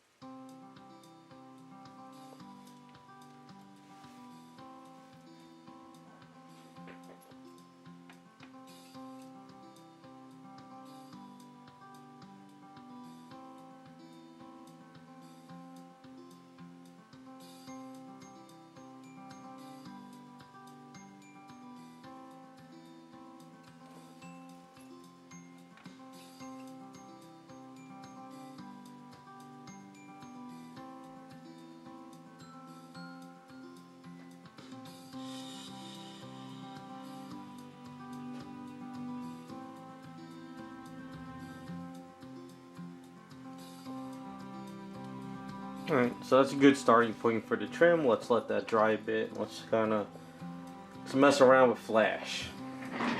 Because I don't like to try to throw a silly putty on there with that washing I did around the edges, because I might screw it up. But let's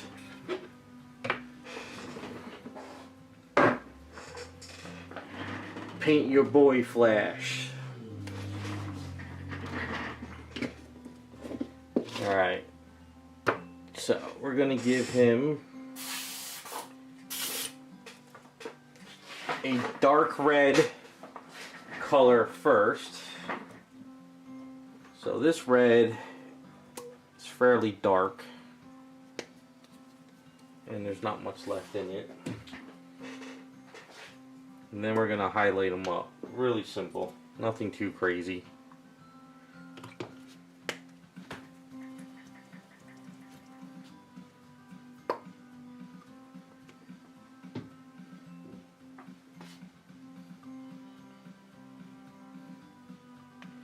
There's really nothing left in here.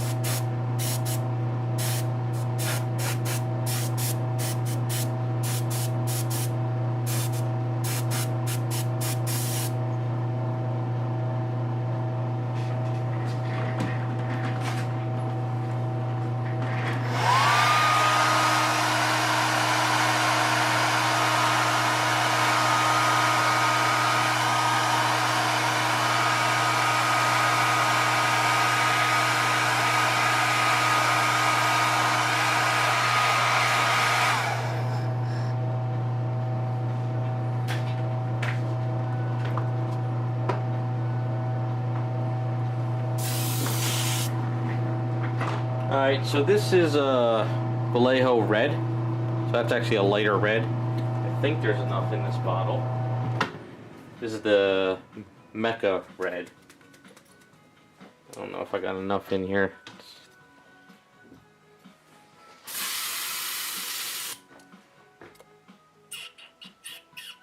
A little bit, yeah. So I'm going to spray downwards.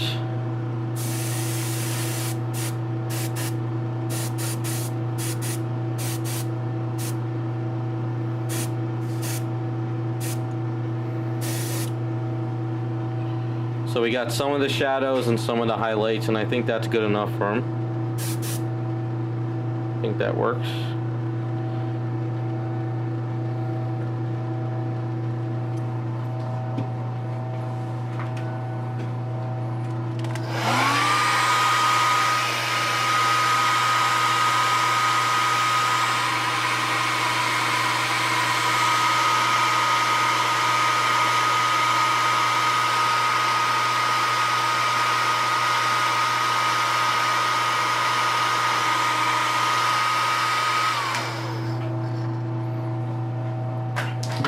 Actually, do I see something here?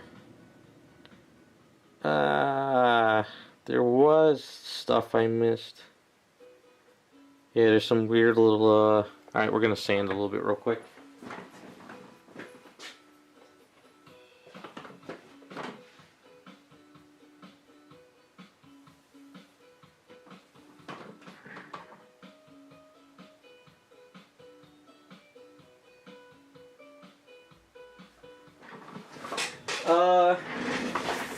Fat Flash is, well, in the cartoon, she was fighting Flash in this outfit. And I figured it would be funny when I saw this Fat Flash to use this instead of regular Flash, eating a hot dog, looking underneath of her. So, think of it as either it's somebody in cosplay staring up looking at her, or it's actually Flash when he was heavy set.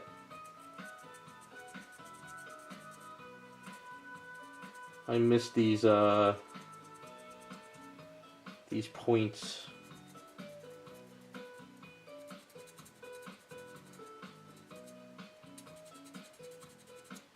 What are they? The printing points? I thought I got these down and I did not get them down.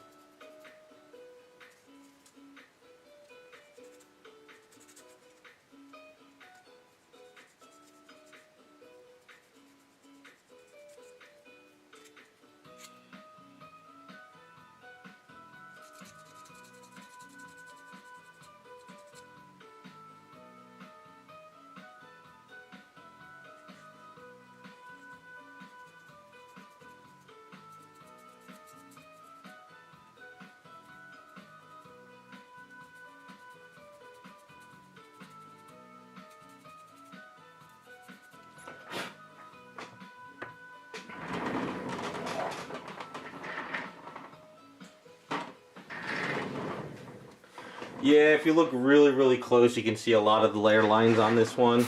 Because I think it's not a high-res print or a file. I'm not really sure. Doesn't matter. It's Flash. Retired Flash, I don't know. Maybe that's what we'll call him.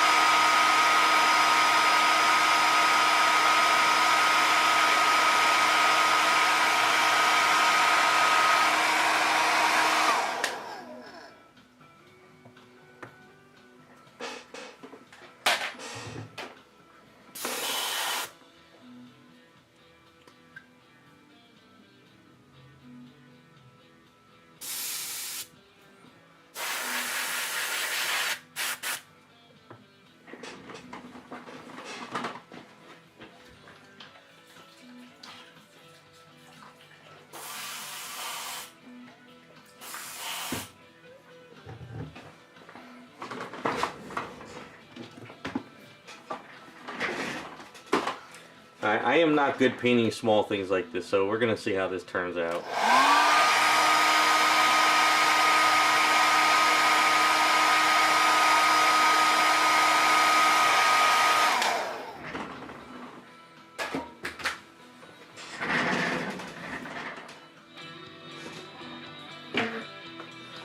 Alright, I am going to try and do this by showing you guys. If for some odd reason I can't get the camera in place, I'm gonna have to do this off camera another time. But we'll see what I can pull off. Alright, so where is that bottle?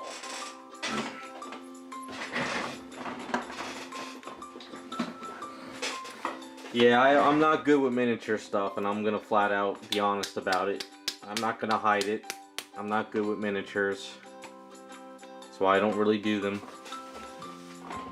So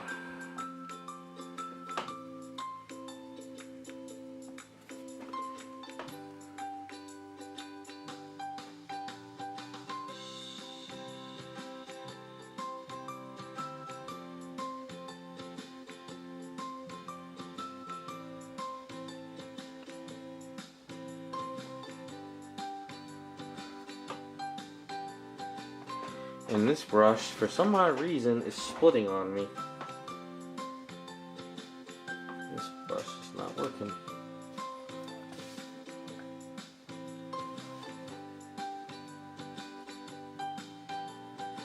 Well, it's not the highlights and stuff, it's just painting so damn small for me. That's my issue.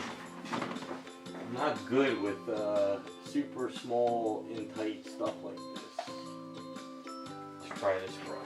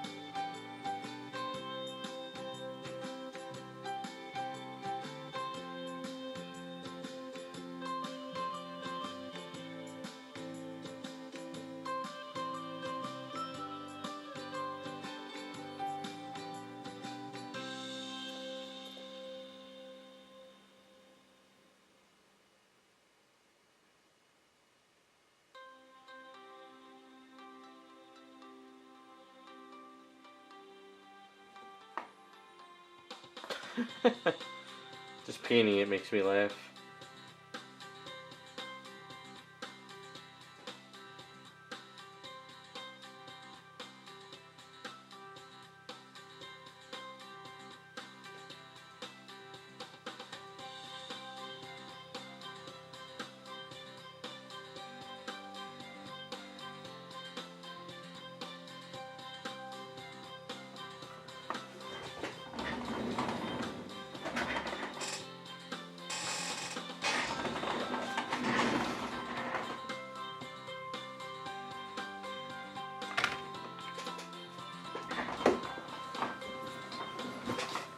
I know you guys can't probably see it too well, but I'm trying.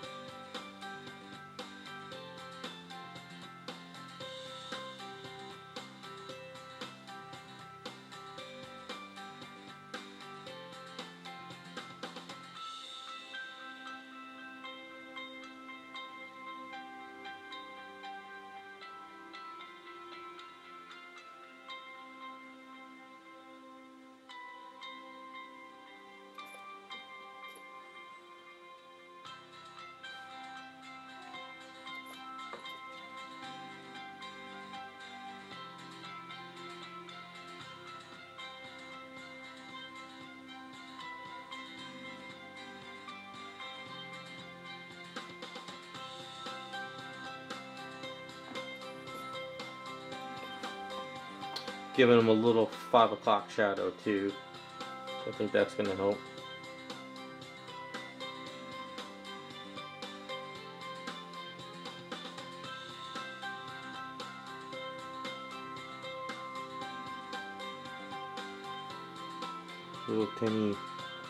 Little tiny little flash.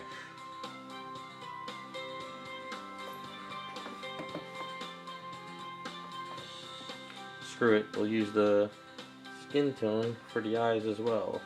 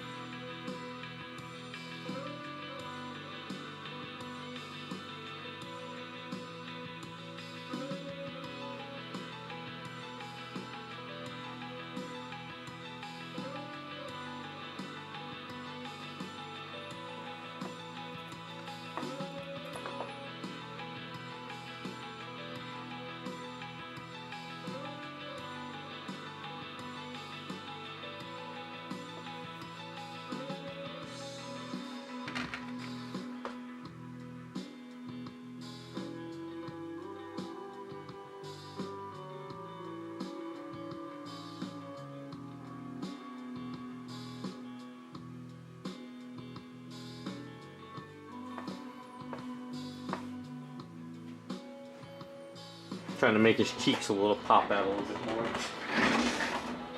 Alright, so on to...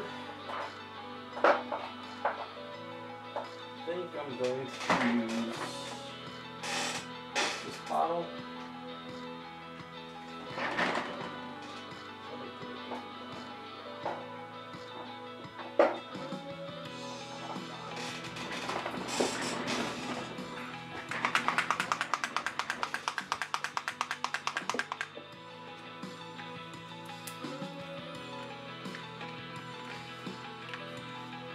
So this is not pure yellow. This is kind of more of a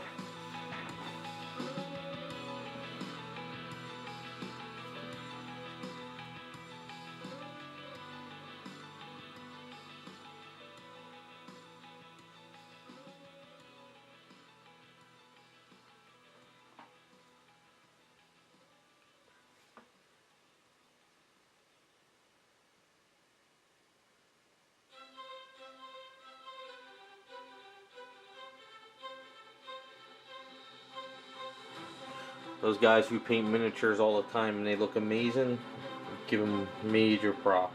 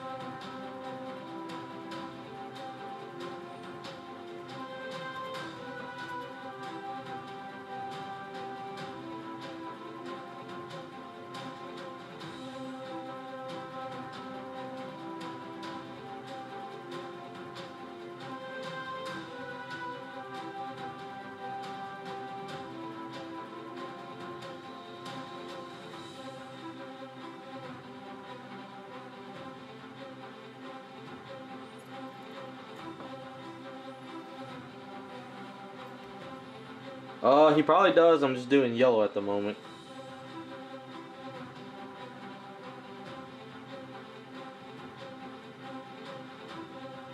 There is a there's a line there, but I'm trying to work one color at a time.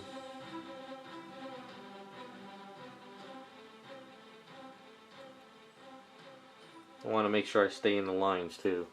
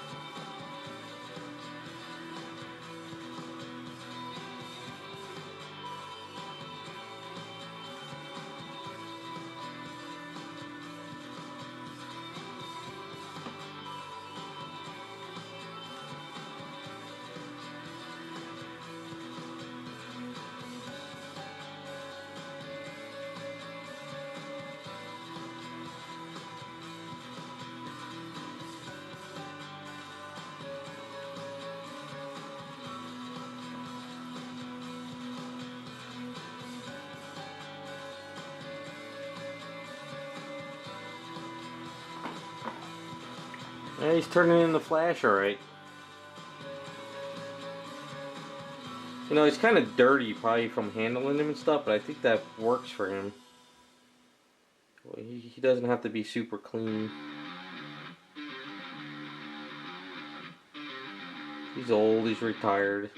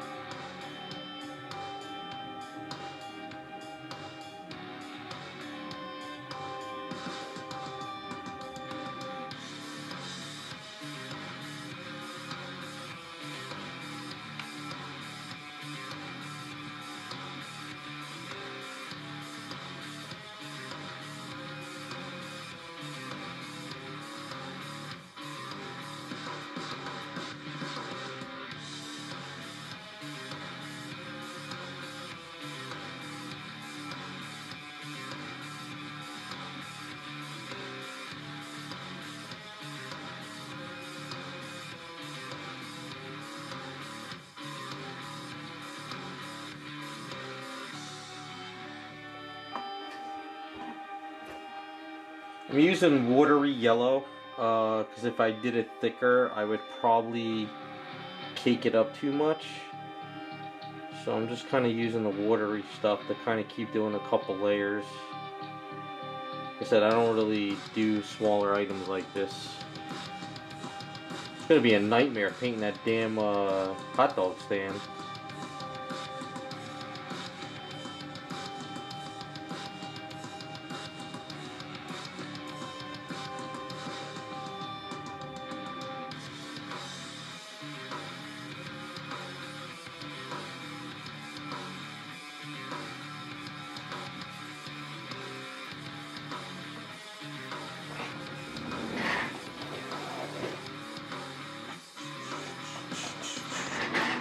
Is this symbol white or is it black around it? What do we want to do?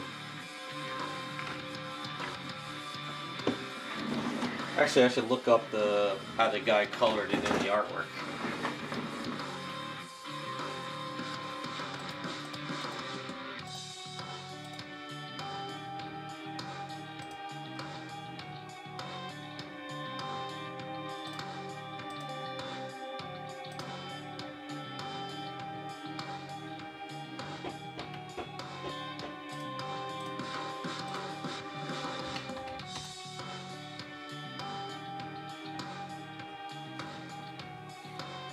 Nah, he painted it all yellow trim. Yeah, we're gonna do yellow. A little yellow circle. And the boots are all yellow.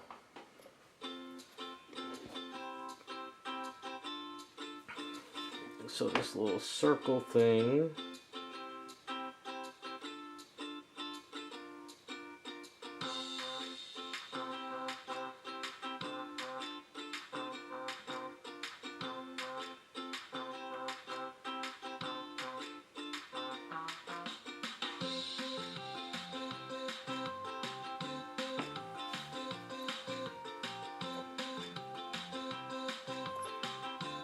And he actually liked that.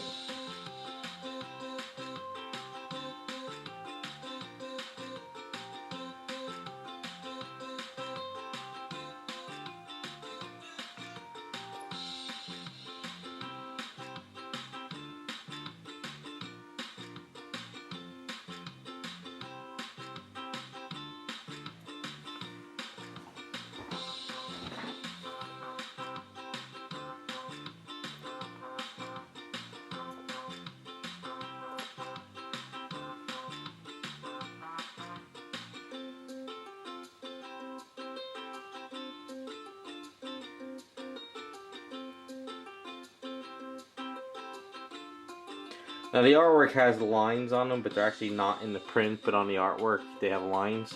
So I think if it was printed bigger they would be there, but I don't have them, so I'm not putting them in.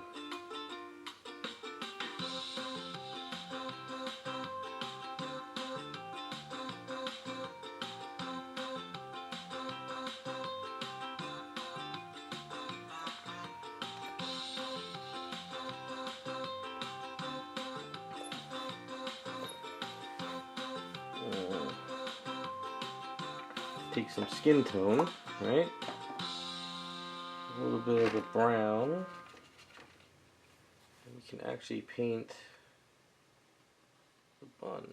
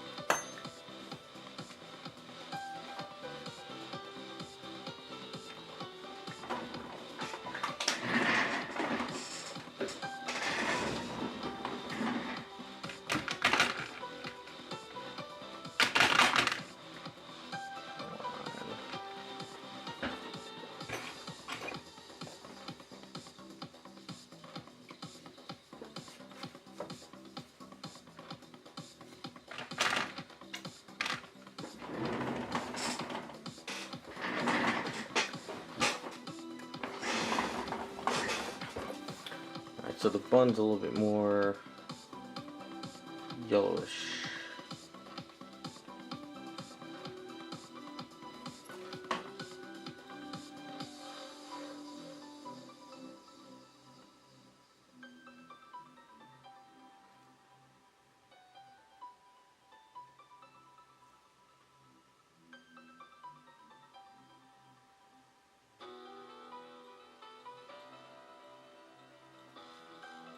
And the hot dog, a little bit of skin mixed with this.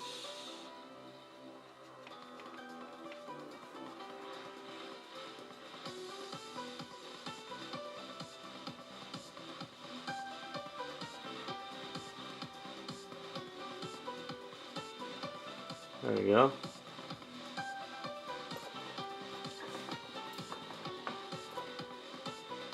Alright, so I'm going to do the boots another time, because this is going to be a pain in the ass, but it's getting there.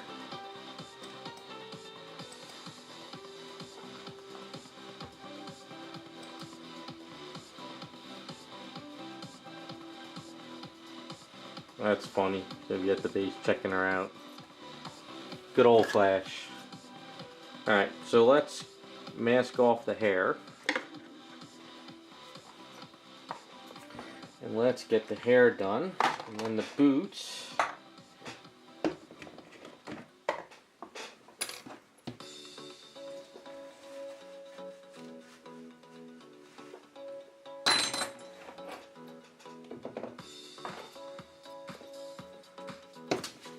Because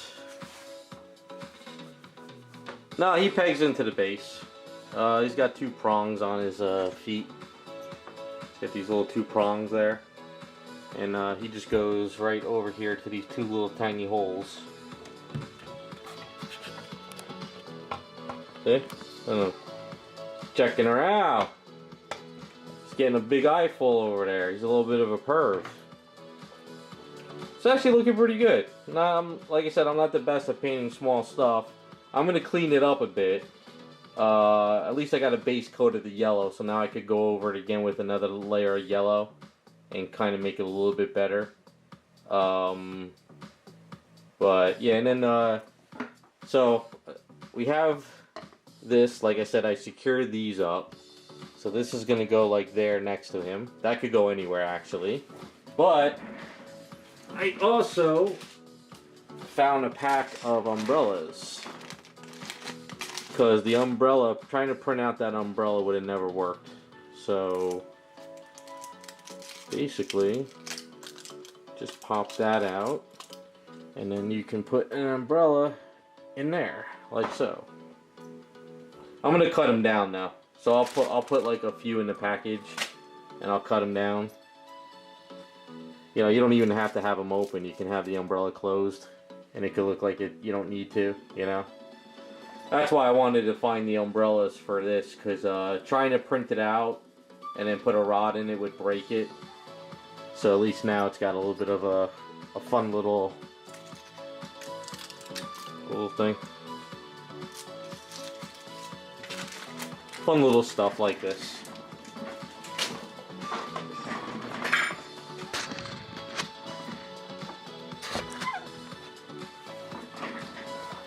Yeah, he's looking good. I like it.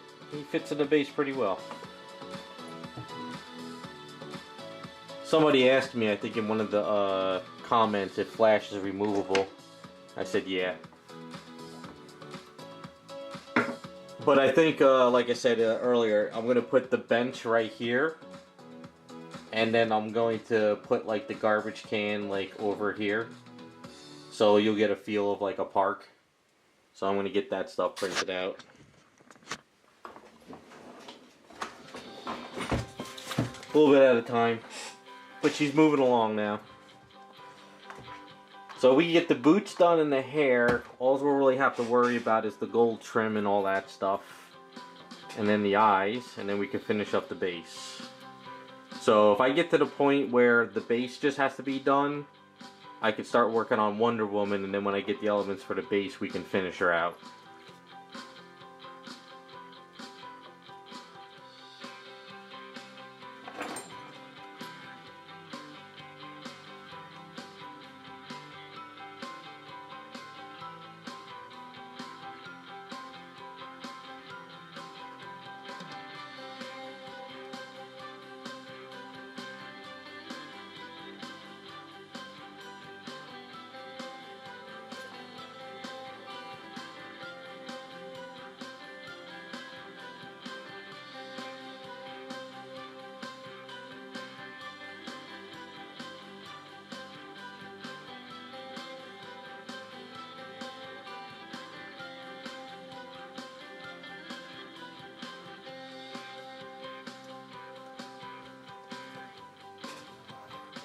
If it wasn't because she was one of these characters that grow large, I would have just made a generic base. But since she grows large, we got to kind of give it the idea that she's large on the item. So...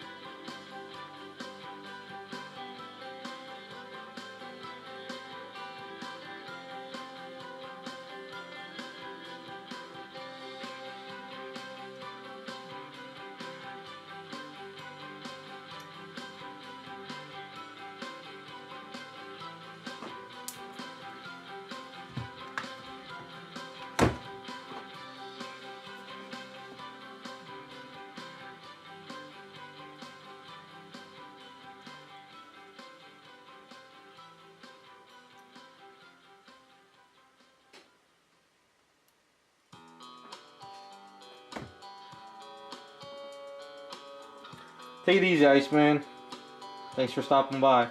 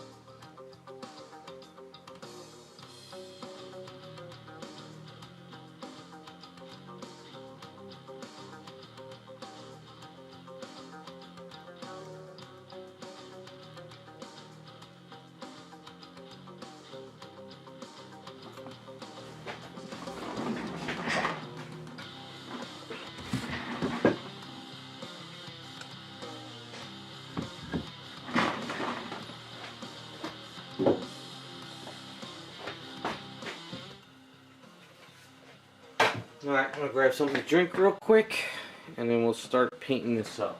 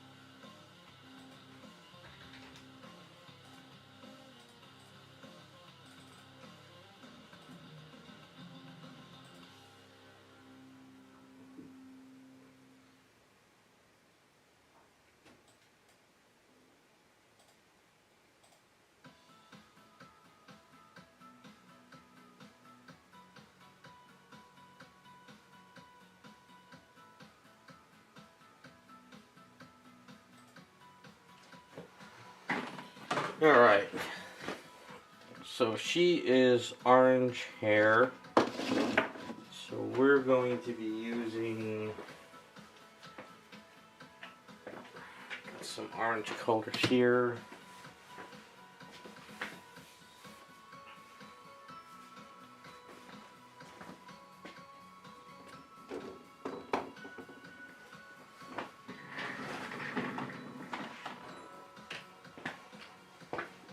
So I'm thinking of doing this color as a base for right now. Let's see how this color works out. And then we can do some highlights. Hope there's enough in there. Hopefully it goes on smooth.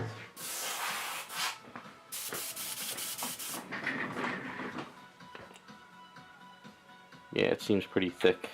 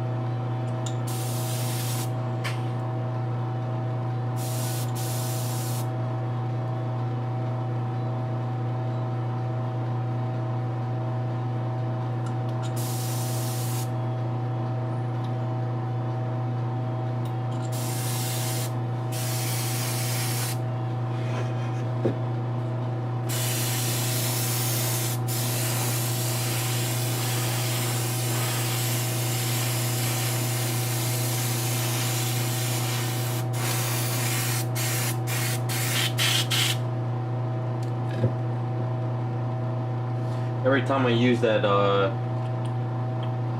Mecha varnish, it tends to clog up your airbrush.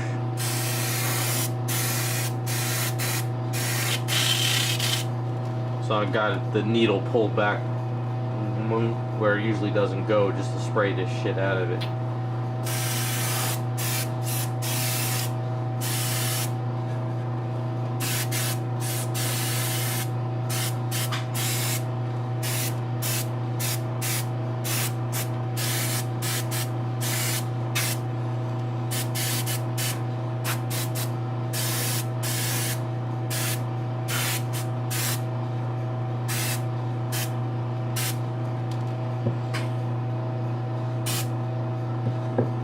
Actually not a bad base color to her hair.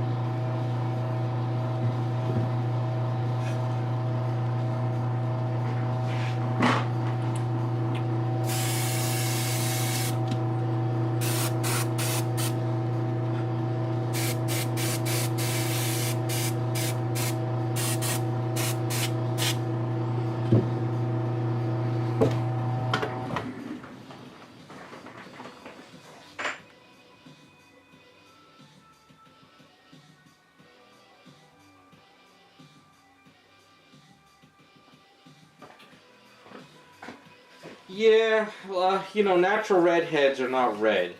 They have a lot of browns and oranges and even yellows in the hair. So it's really kind of hard to capture it.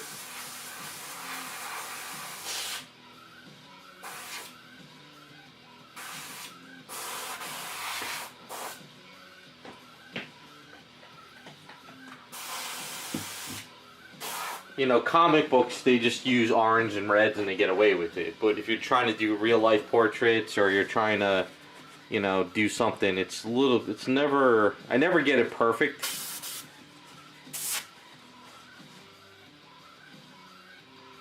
And a lot of the factories just use, like, whenever it's a redhead, they just use like a really brownish red. Alright, so this is getting clogged. I'm gonna sort of clean it out real quick. Show you real quick, simple way to clean it just to get through it.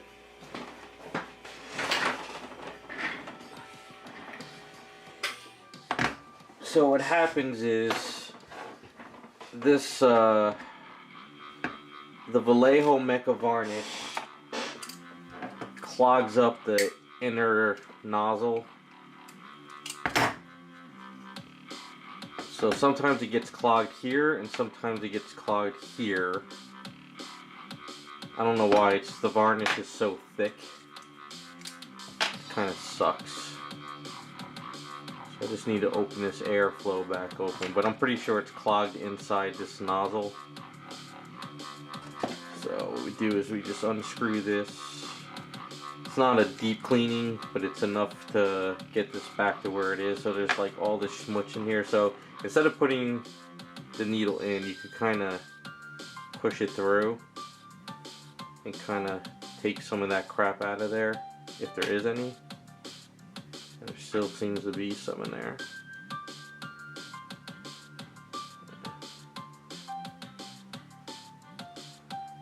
Grab some water and squeeze it out of there.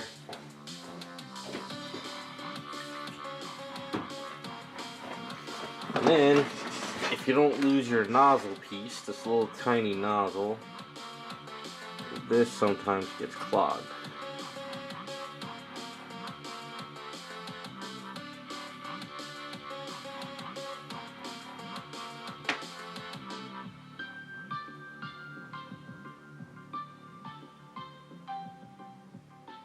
Okay, looking good. So that should get me through this session tonight.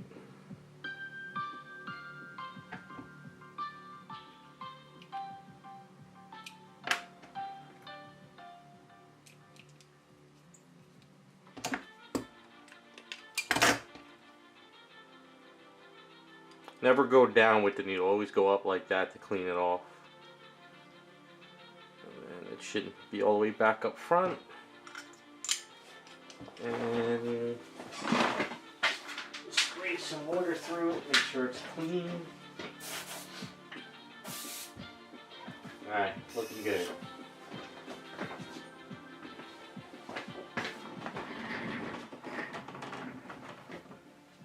Alright, now I sprayed fairly heavy so that you can see how shiny it is. It's still like soaking wet. So let's kind of dry this down a bit.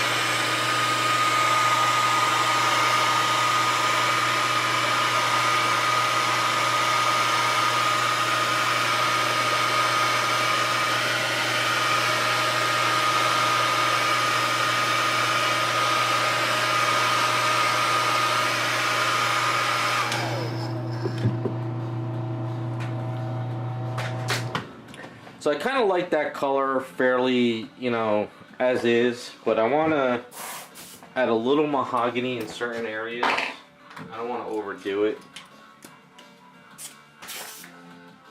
Let's grab a new bottle of... We need to order more.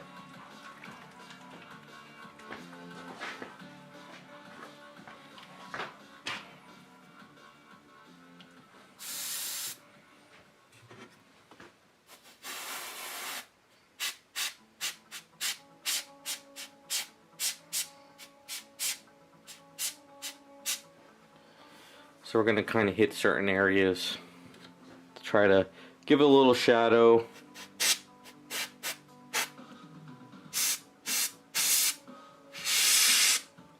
Without going too crazy dark, and then we're going to do some highlights.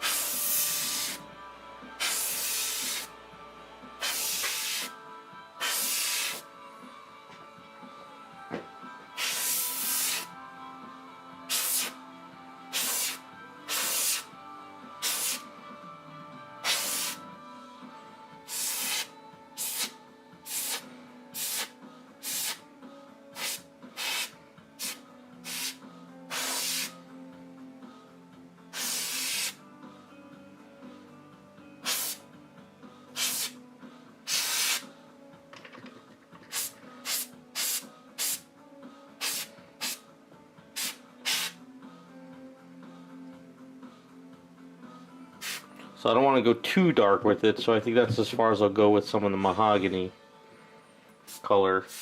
Maybe a little bit of areas up top.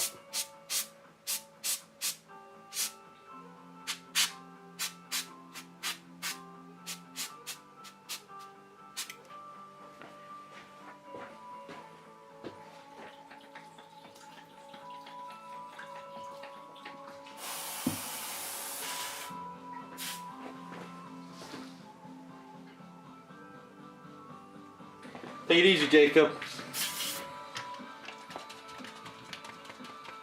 Alright, so I have this orange, so let's see if we could do some highlights with this one.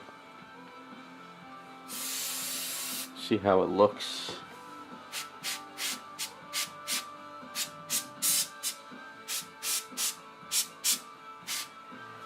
Yeah.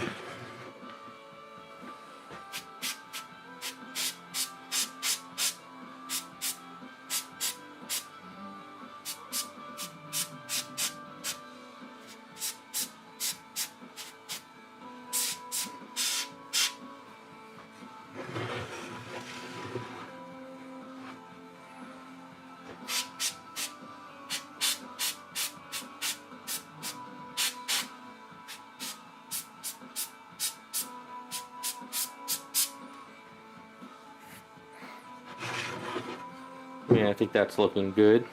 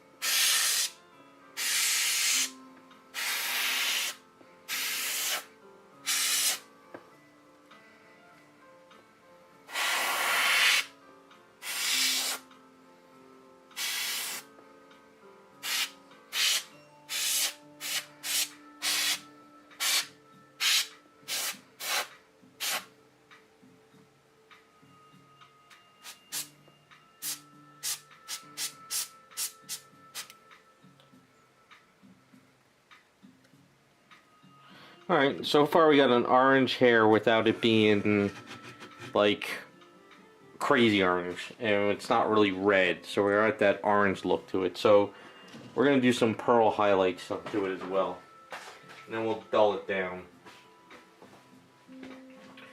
So let's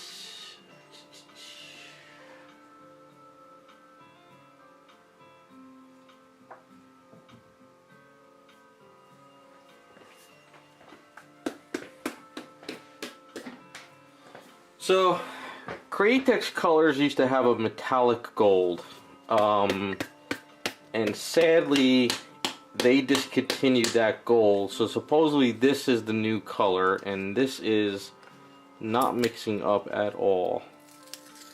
So I need to get a marble in here, and they filled it to the damn brim. The old color they used to have was absolutely amazing. But they don't have it anymore.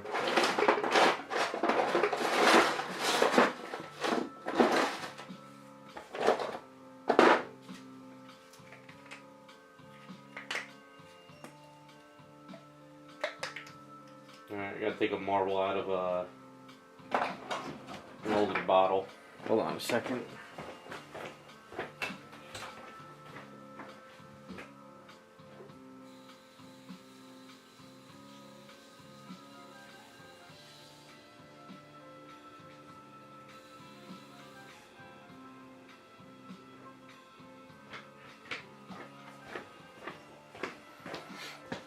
So, see how it's all filled to the top? And it's a good thing, but it's also a bad thing. But we got a marble. I'll throw that in there. Let's see if we can. Yeah, they had this old color from Createx. Here it is. It's like this old Ultra Auto Air color, metallic gold. And for some odd reason, they discontinued this color. And they said this color is the same. I don't really know. Gotta mix it up. Comes out too pearl, but that one was more metallic.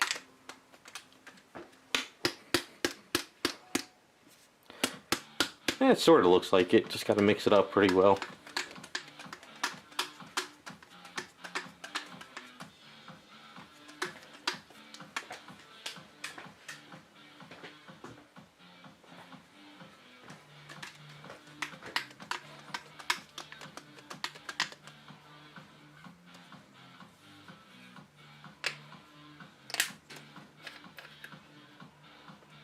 Just filled way too much to the top. I gotta take some of this out.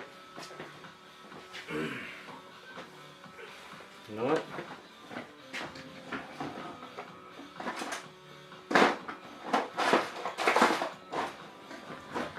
I got one of these older bottles.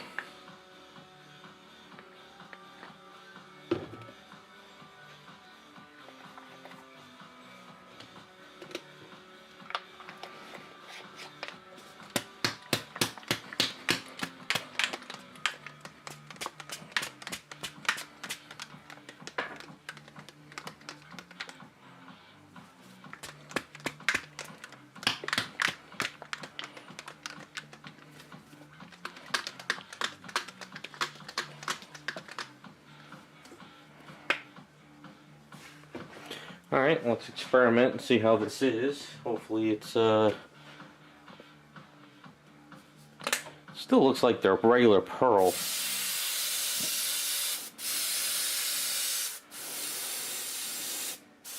Maybe I'm wrong. I don't know.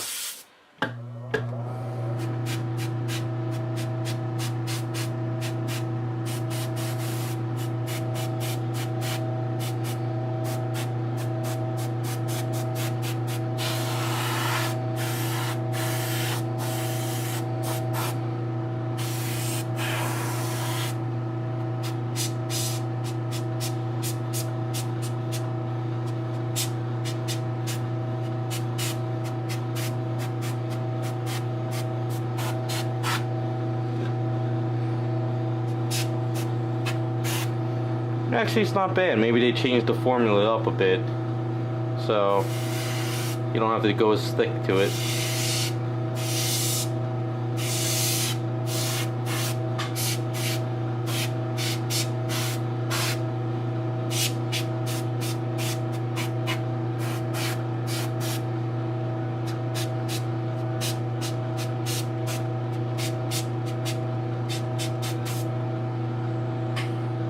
So I don't know if you can see it in the camera, but it's got some shines to it now because of that pearl.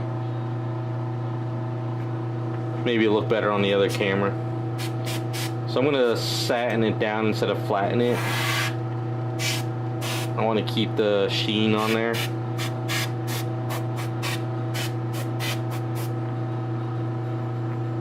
Makes it pop a little bit more for orange hair.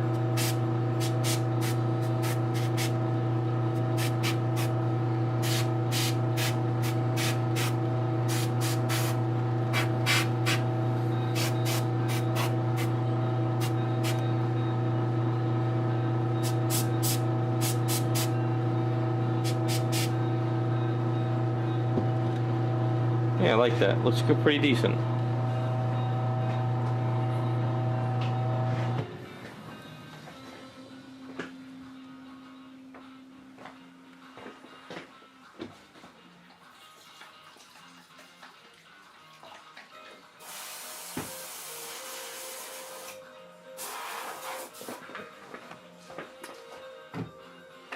Alright, so we're going to do the satin of Vallejo varnish, because I don't want it flat, boring, pop a little bit. So where the hell is the satin at?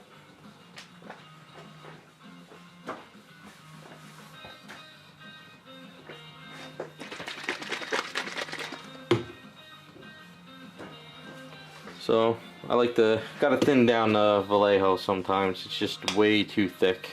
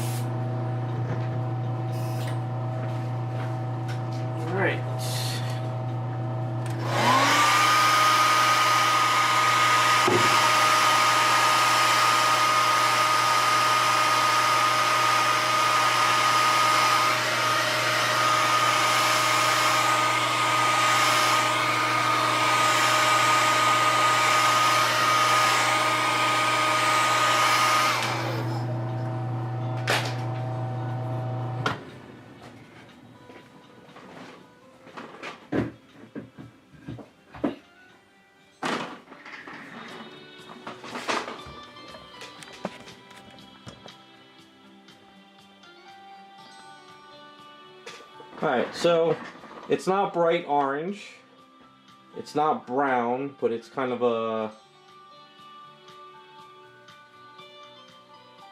it's orange. So it's orange hair, but it's not crazy. And I think the pearls in there kind of help make it pop a little bit more. See how the pearls sort of kind of grab the light?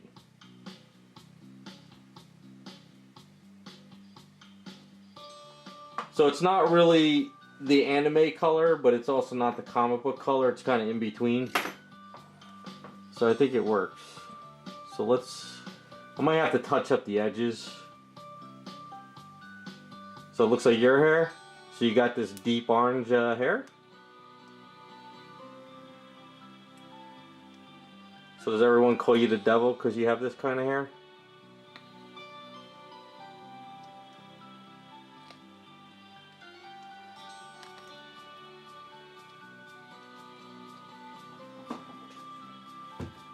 I think that works. I like it.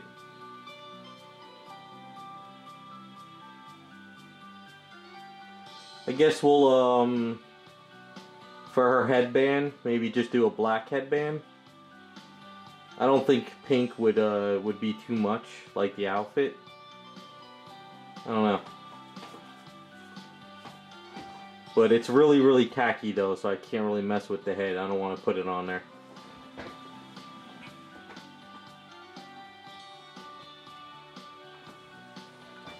Oh yeah, that was probably torture for you. I just gotta touch up some of the edges.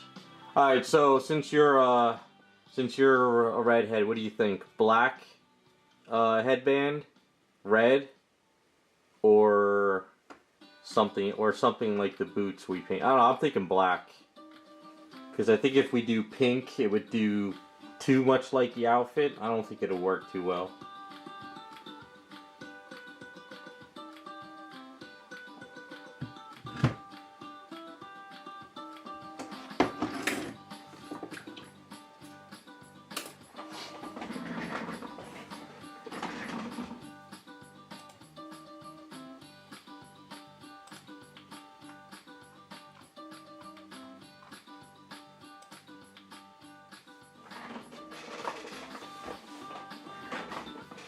But I think I wanted to get these boots done and then call it a day. So let's start masking up the boots.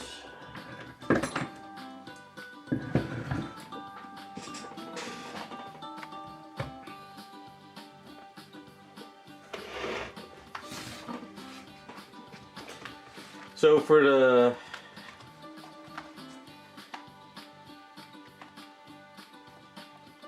yeah, that's what I'm thinking. I'm thinking a black headband would be fine. Because I think if I put black there with the orange hair, the hair would pop a little bit more too, with the black. Because if we put the gold earrings on her, and then we have a pink headband, it might not, you know, might not work well.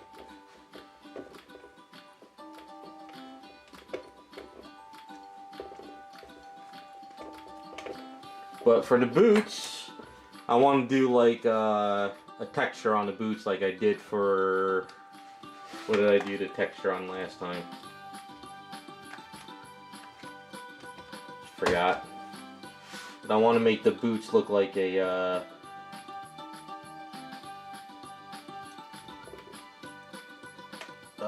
suede boots. That's what I'm trying to say, suede.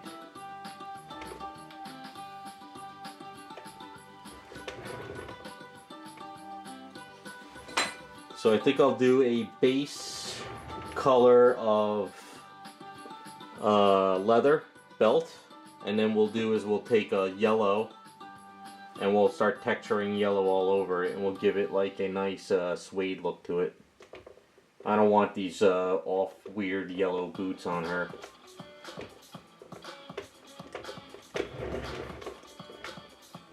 If it was like an anime statue and it looked like the cartoon, I would go color for color. Plus, I don't want the boots to mess with the flash color either. You know, I don't want like bright yellow boots.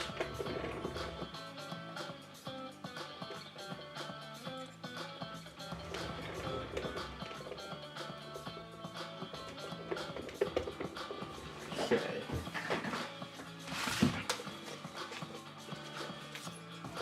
But she's moving along fast. Paint usually goes fast for me compared to sculpting. Like, the sculpt work always takes time. But once it's ready to paint, like, paint usually goes fast in like a few days. It's always prep work. That's what kills you. Always prep work.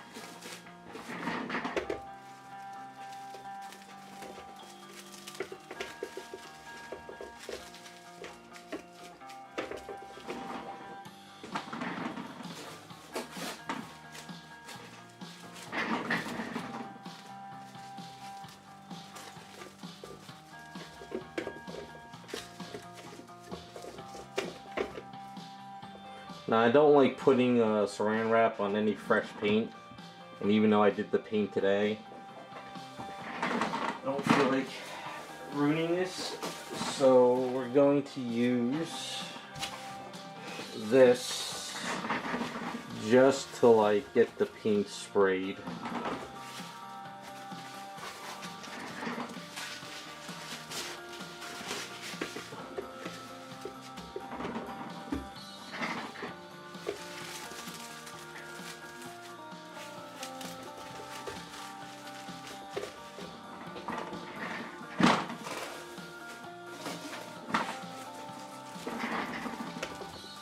So it's better to be safe than sorry with overspray.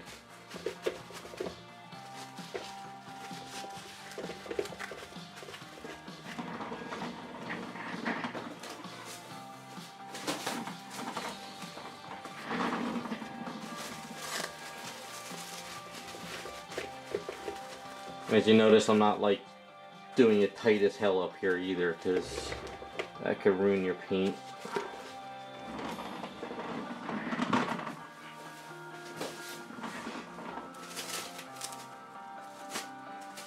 I never forget the first time I actually did clear coat red on an item, and then I was like, I gotta mask it off, so I masked it all off, I sprayed my item, and then when I pulled off all the saran wrap, all that clear red just ripped right off the item. That was heartbreaking.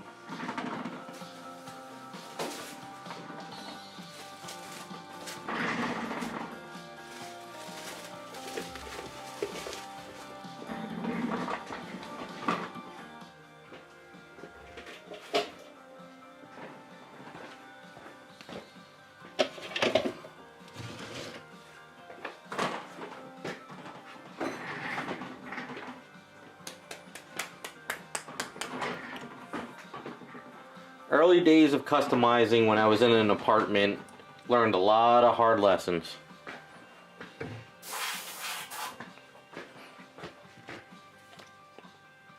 I also learned a lesson that doing candy coat colors and then hitting Tamiya, not Tamiya, Tester's dull coat on that, big no-no. That was another thing, all that clear coat just melted right off the item.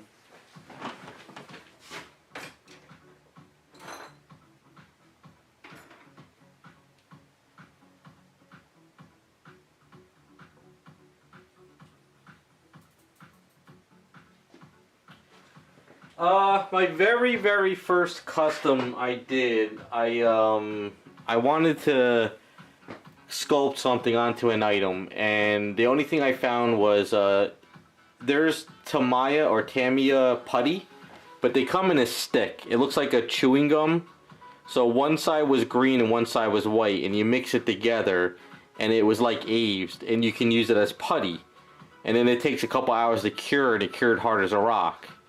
So I used that on my very first custom.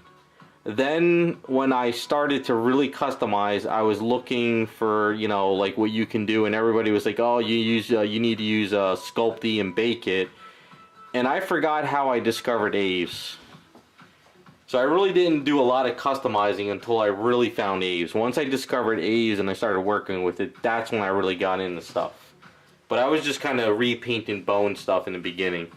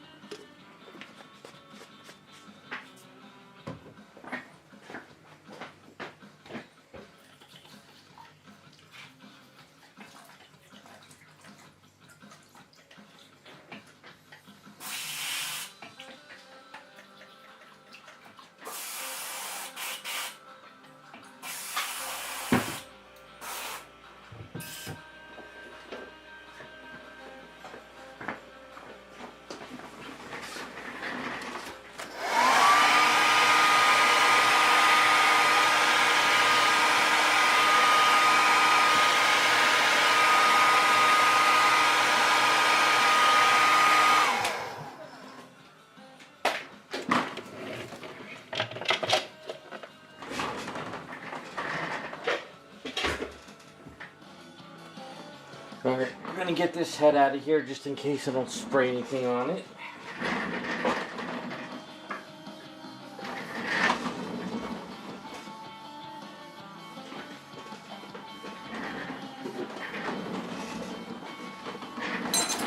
So what we're gonna do is we're gonna keep building up color.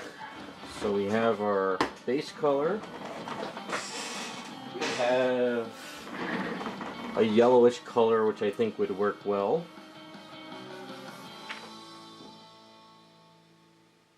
If it wants to get out of the tube at all. So like I said, I'm not going to go crazy making it super yellow, but we're going to keep building till I get to where I like it. And we need a sponge. Here's my sponge.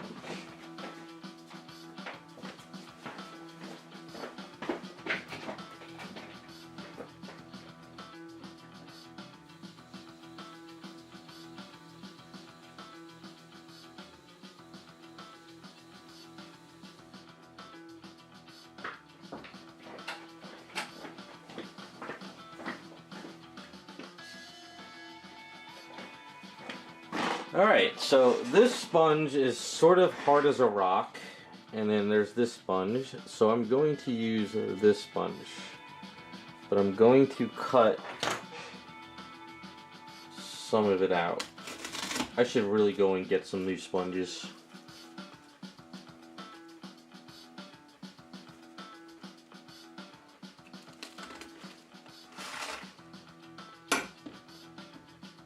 Hey Freddy, I do a couple. I've done plenty of kits. I'm working on a Hyperion. I'm working on a Killer Croc right now. Yeah, I mostly do females, but you know, I've done the Hulk. I've done plenty of kits, the Cyclops kits. You know what it is? As far as making customs of male characters, it's very hard because it's either Iron Man, Hulk, Spider-Man, or Captain America. They're really hard to find a body or a build that would fit another character.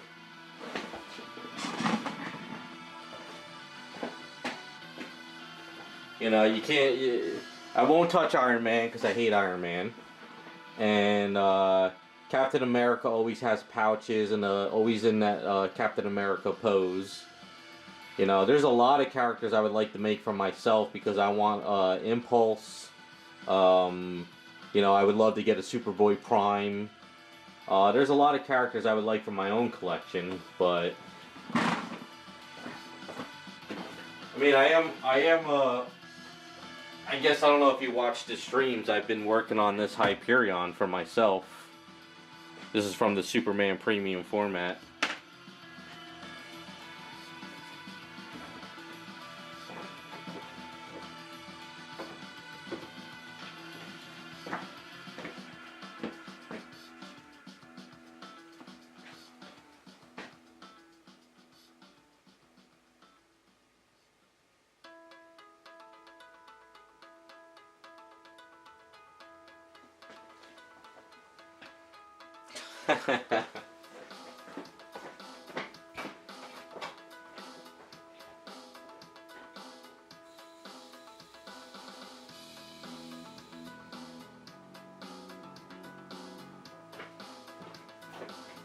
Oh yeah, I've also made my Captain Marvel, Genis Vale.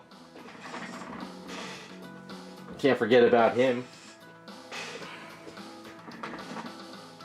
Yes, I hate wasting Aves too. That's why I like to roll it out in flat little stuff, so if I ever have to break it up, I can make stuff on bases.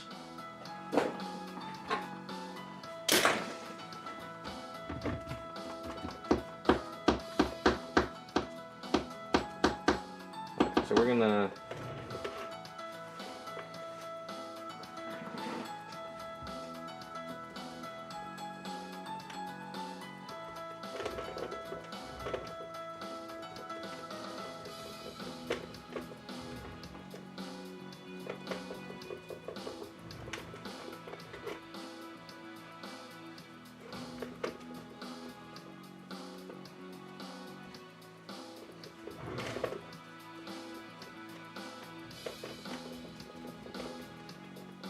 Yeah, there's a lot of characters I want. It's just that it's very hard to find poses for certain characters. That's the problem.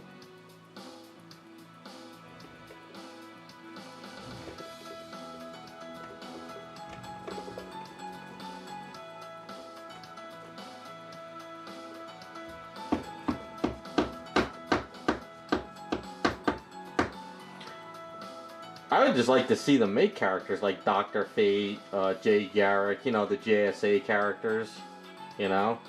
I would love to see more characters like that made. But that doesn't put money in their pockets.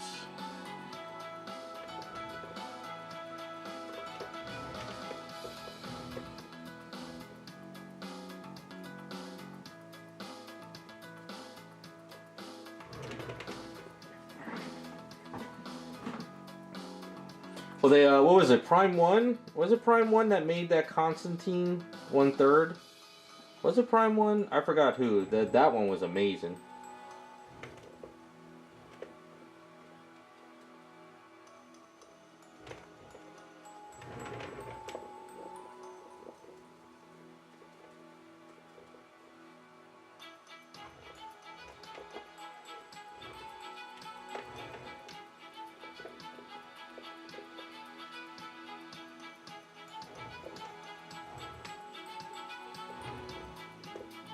You know what it is like there's more I would love a Superboy Prime. That's kind of like my grail character right there.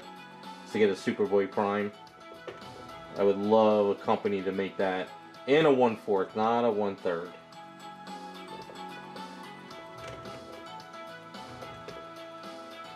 You know, I want Impulse, Jay Garrick, some of the Flash family. The new Psylocke from Sideshow does look pretty good. I ripped off some paint here, holy shit. I do like it. Not enough to own it, but it does look pretty decent.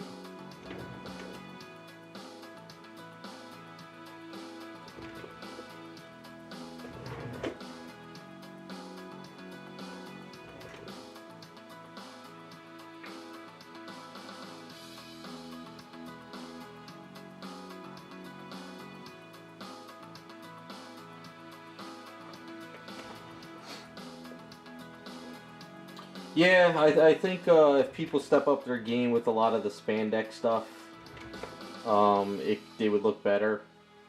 But I think people get lazy. Like, you know why the new Psylocke from Sideshow looks good is because her chest is not spread apart. It's actually like a leotard, and it has wrinkles in the middle of the chest.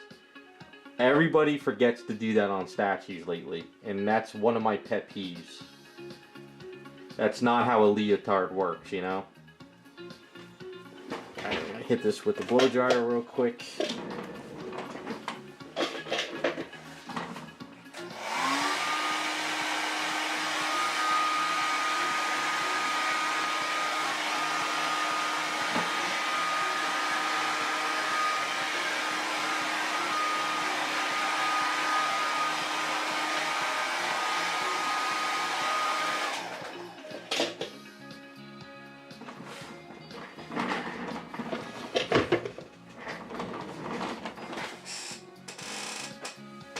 So, next color we're going to add is a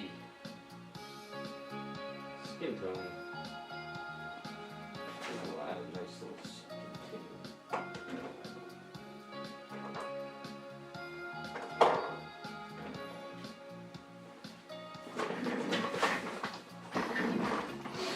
Alright, so we're going to keep going a little bit later, and a little bit later, and a little bit later.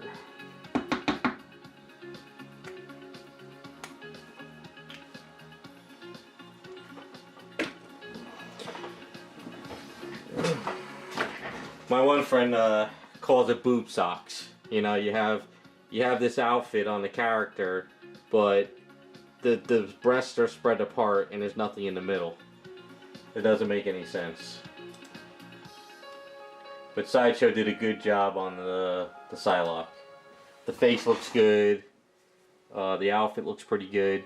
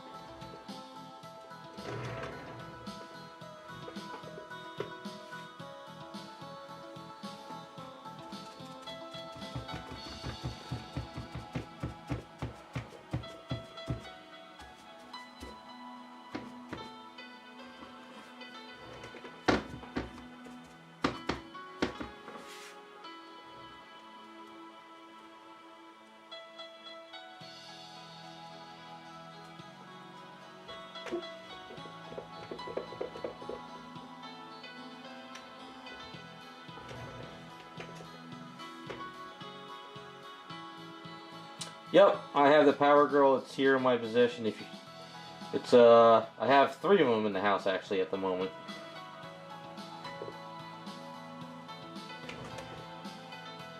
I'll pop it out after I'm done if you want to take a look at it.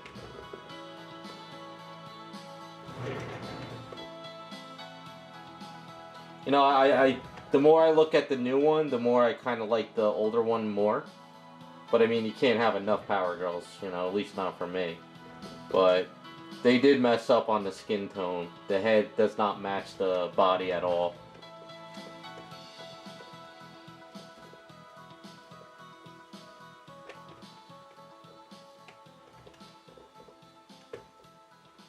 And she definitely, she needs a breast augmentation. It's not up to snuff.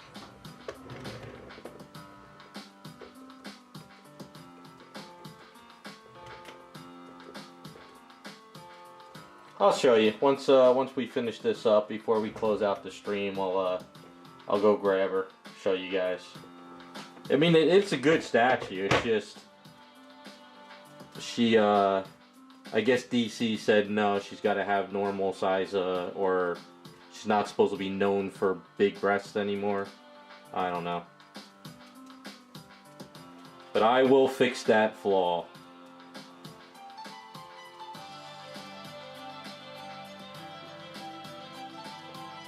I'm going to be doing, whatchamacallit, a bombshell, a classic, and of course the modern redone. So I actually have 6 for myself, and then I have a 7th I need to do for somebody else. But what I'm going to do is probably take 2 of them and redo them and put them on eBay to help fund all the ones I bought. And then keep 1 in the closet.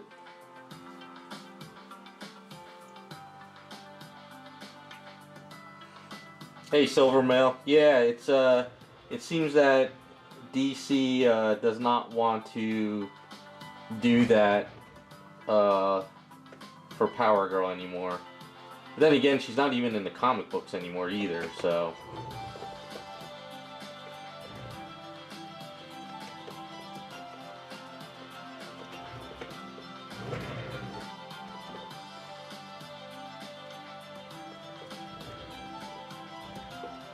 I will be doing a video on it.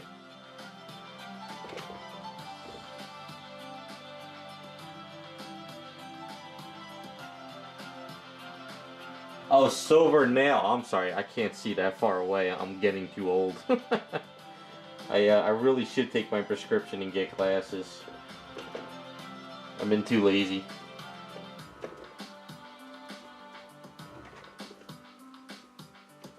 But yeah, I'm going to do a video on the Power Girl augmentation, so that should be a fun video.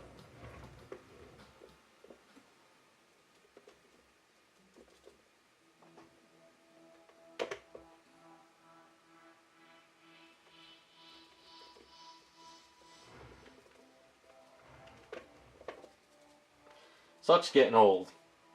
Eyesight starts to go, body parts start to ache.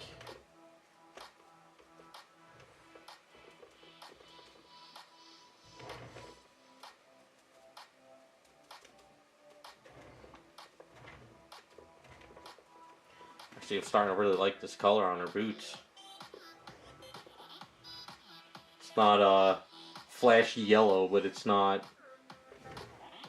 I think it might look good, you know, going with the pink.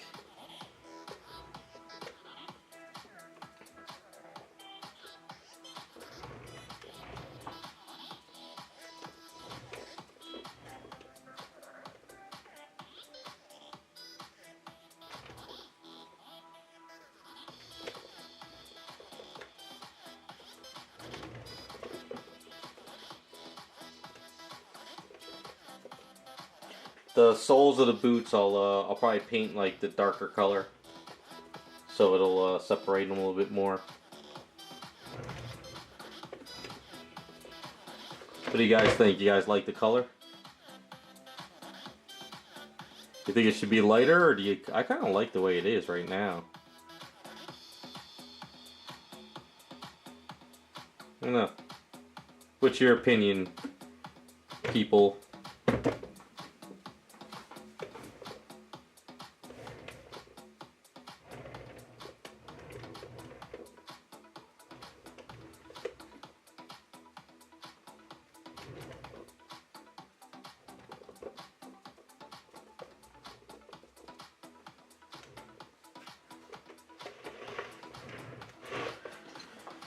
Yeah, I think it'll, you know what, we'll pull off the top and we'll look to see what it looks against the pink.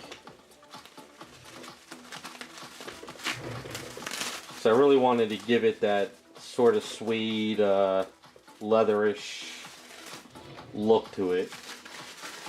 I didn't want to go too crazy trying to... it's kind of, I like doing that with boots more now. Gives them a little bit more life without trying to sculpt the texture.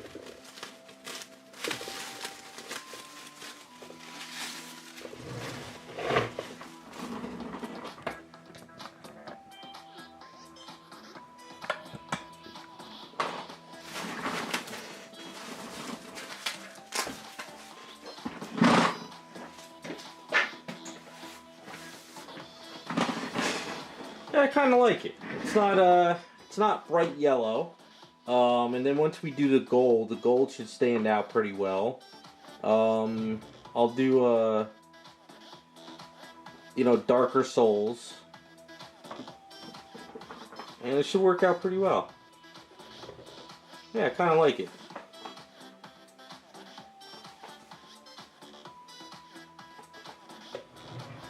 So you guys think we should stay like that?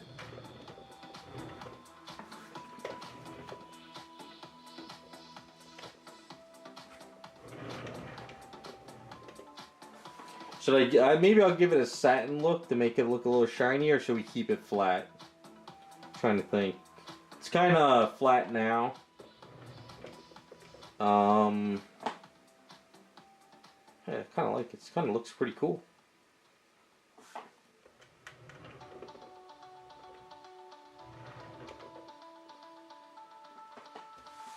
Yeah, maybe I'll just a half matte, half satin. So it's not flat, but it's not shiny. Just to give it a little bit of a seal.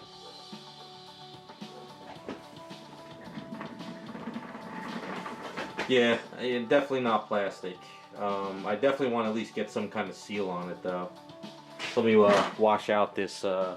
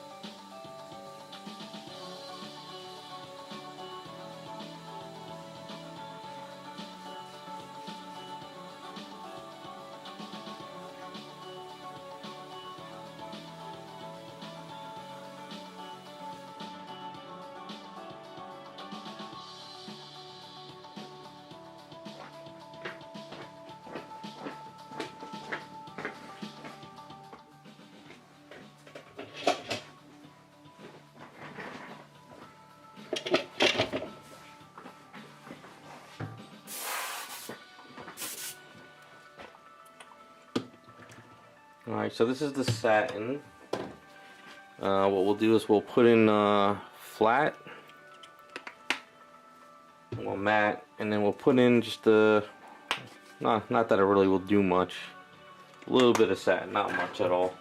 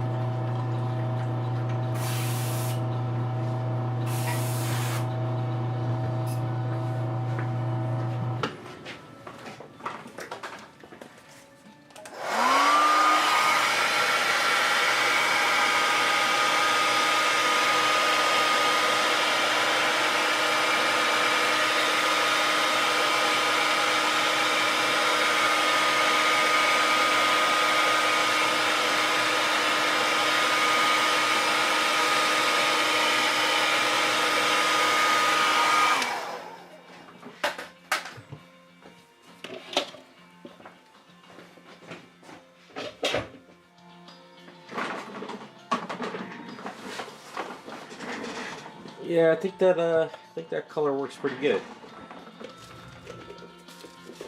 I guess that's just gives it like almost that yellowish suede look.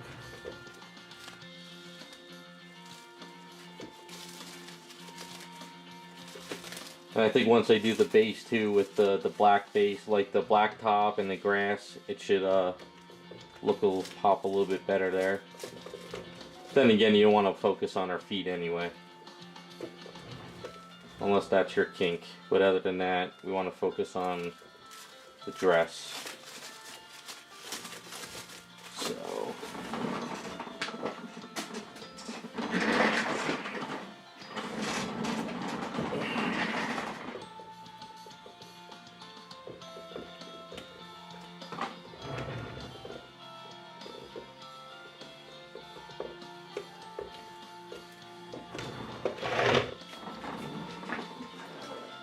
yeah, not bad. Let's see if I get her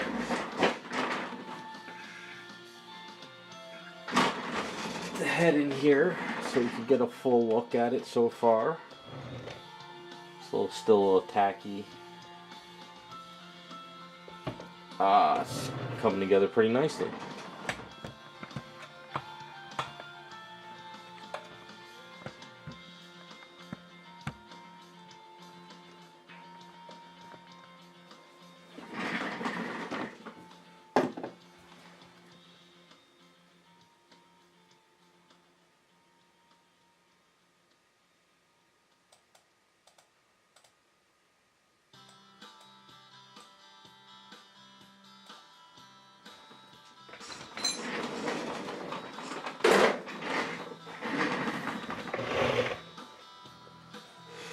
Yeah, she's getting there. Getting close to the artwork.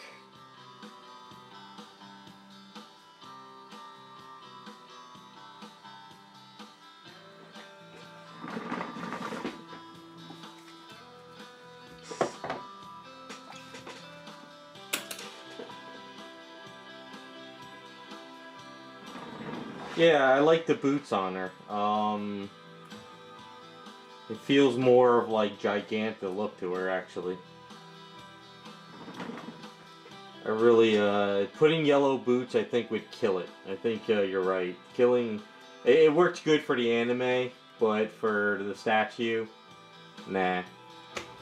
I don't think it works too well.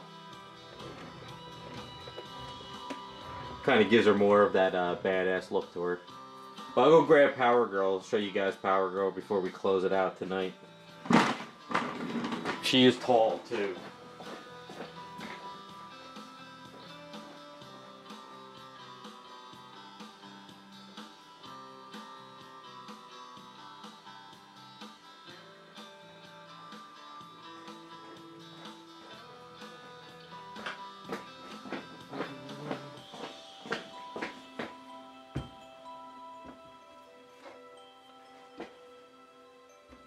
Yeah, so Power Girl is I don't like that they made the base so tall on her, but it did come out pretty good.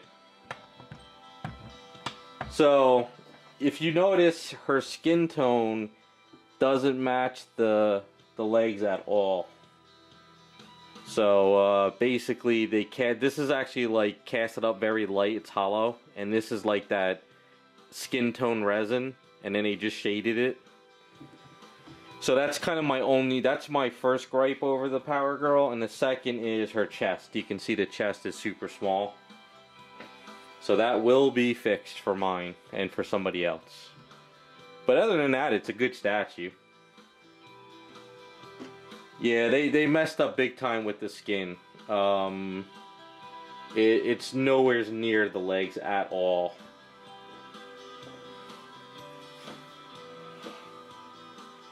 I mean, I like the head. I mean, I like the sculpt, but it just, as you can see, you could see the difference. I mean, just by catching it in the light, it's completely different. And that's because this resin is casted in resin and painted, and this is actually paint.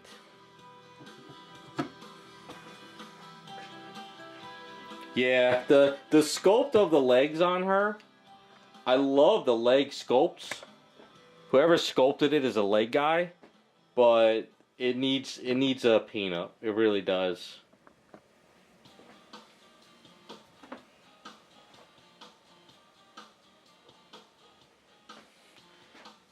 Yeah, you're that's pushing it, Butterfly. That's pushing it. It's good. So what I'm gonna do is I'm going to rebuild the chest, and then this rope. Another thing too, which is just nothing major. You see how the rope goes underneath the armpit like this? That's not how rope is supposed to go. But they did that because it's sculpted. Because if they had a little rope coming out, it would break. So I think I'm gonna sand off the rope on mine, and I'm gonna use the rope I use for my past Power Girls. And I'm just going to glue the rope in over there, and I'm going to stretch it around her and put it back there. So this way it looks correct. Because I'm going to probably have to chop up some of this rope anyway to fix the chest.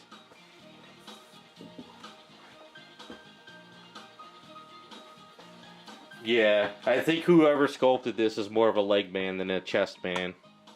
But, and at least the belt is sculpted this time. It's not actually glued on, so that's kind of another good thing. The texture on the gloves is good. I mean, they did a good job with the texture on the gloves. It's kind of, can't really get in there too close. But, so I'm thinking with mine, like I said, I'm rebuilding a chest for someone, and I'm going to clean it up for them. But I think for mine, I'm going to get rid of the sculpted cape. I got a really nice leather I found at the fabric store. There was only like 2 yards of it left. I bought up to 2 yards. And I'm going to ask the seamstress to make me a nice cape with wire, because I don't like this cloth cape. And then I'm going to bring her down too. I don't like this base. I have one of the older Power Girl bases. So what I'm thinking of doing is cutting this cloud or something and put her into that first Power Girl base, like she stomped off the ground and she's floating up off that base. So I think I'm going to do that.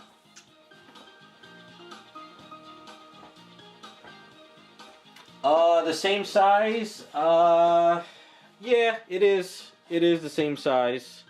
I actually do have an extra head from a different statue, but I'll save that for the video. That is in scale with this Power Girl. I'm going to make a custom head off the other head I have from a different statue. So I'm going to do that. And I'm going to be making head bases too, I think, this summer for her as well. But, I mean, the line work is good. The wrinkles are good. It's just the chest is bad. You know, they definitely gave her a decent booty and legs. But you can see the skin. I mean, look at the skin tone on her. It's really just bland. The prototype was absolutely amazing. But I figured the factory was never going to paint it that good. But it's gonna look cool though. You know, I'll have a bombshell version of this. I'll have the retro version, which has the 2 prongs and the big cape with the classic head, and then I'm gonna redo this one. I'm not gonna do a Amanda Connor version. I don't want to do that.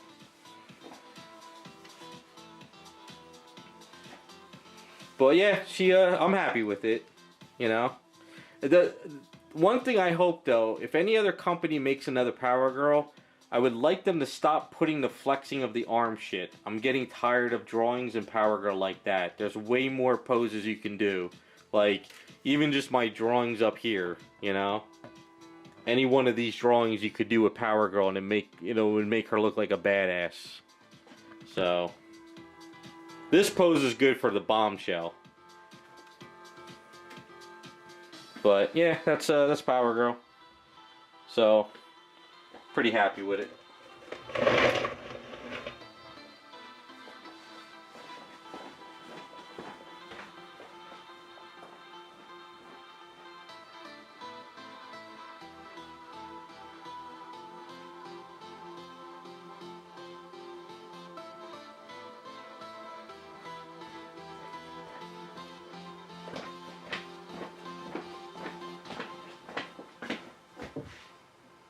Alright, so I think that's where I'm calling it for the day.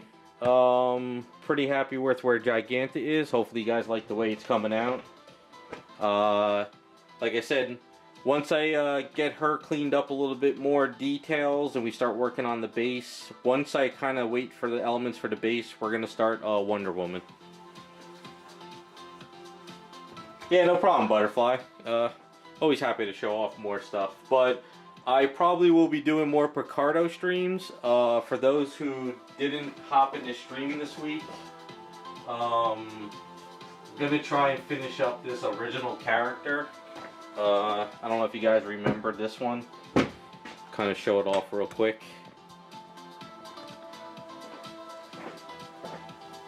So we got her head kind of painted up, and I've been working on the tentacles, the Kraken. So if you guys are around during the week, sign up on my Picardo. I'm going to try to keep working on her this week. So that's it for the week today. Thanks for stopping by, guys. Have a good weekend. And if I don't see you in Picardo this week, if you don't stop by, I'll see you next Friday.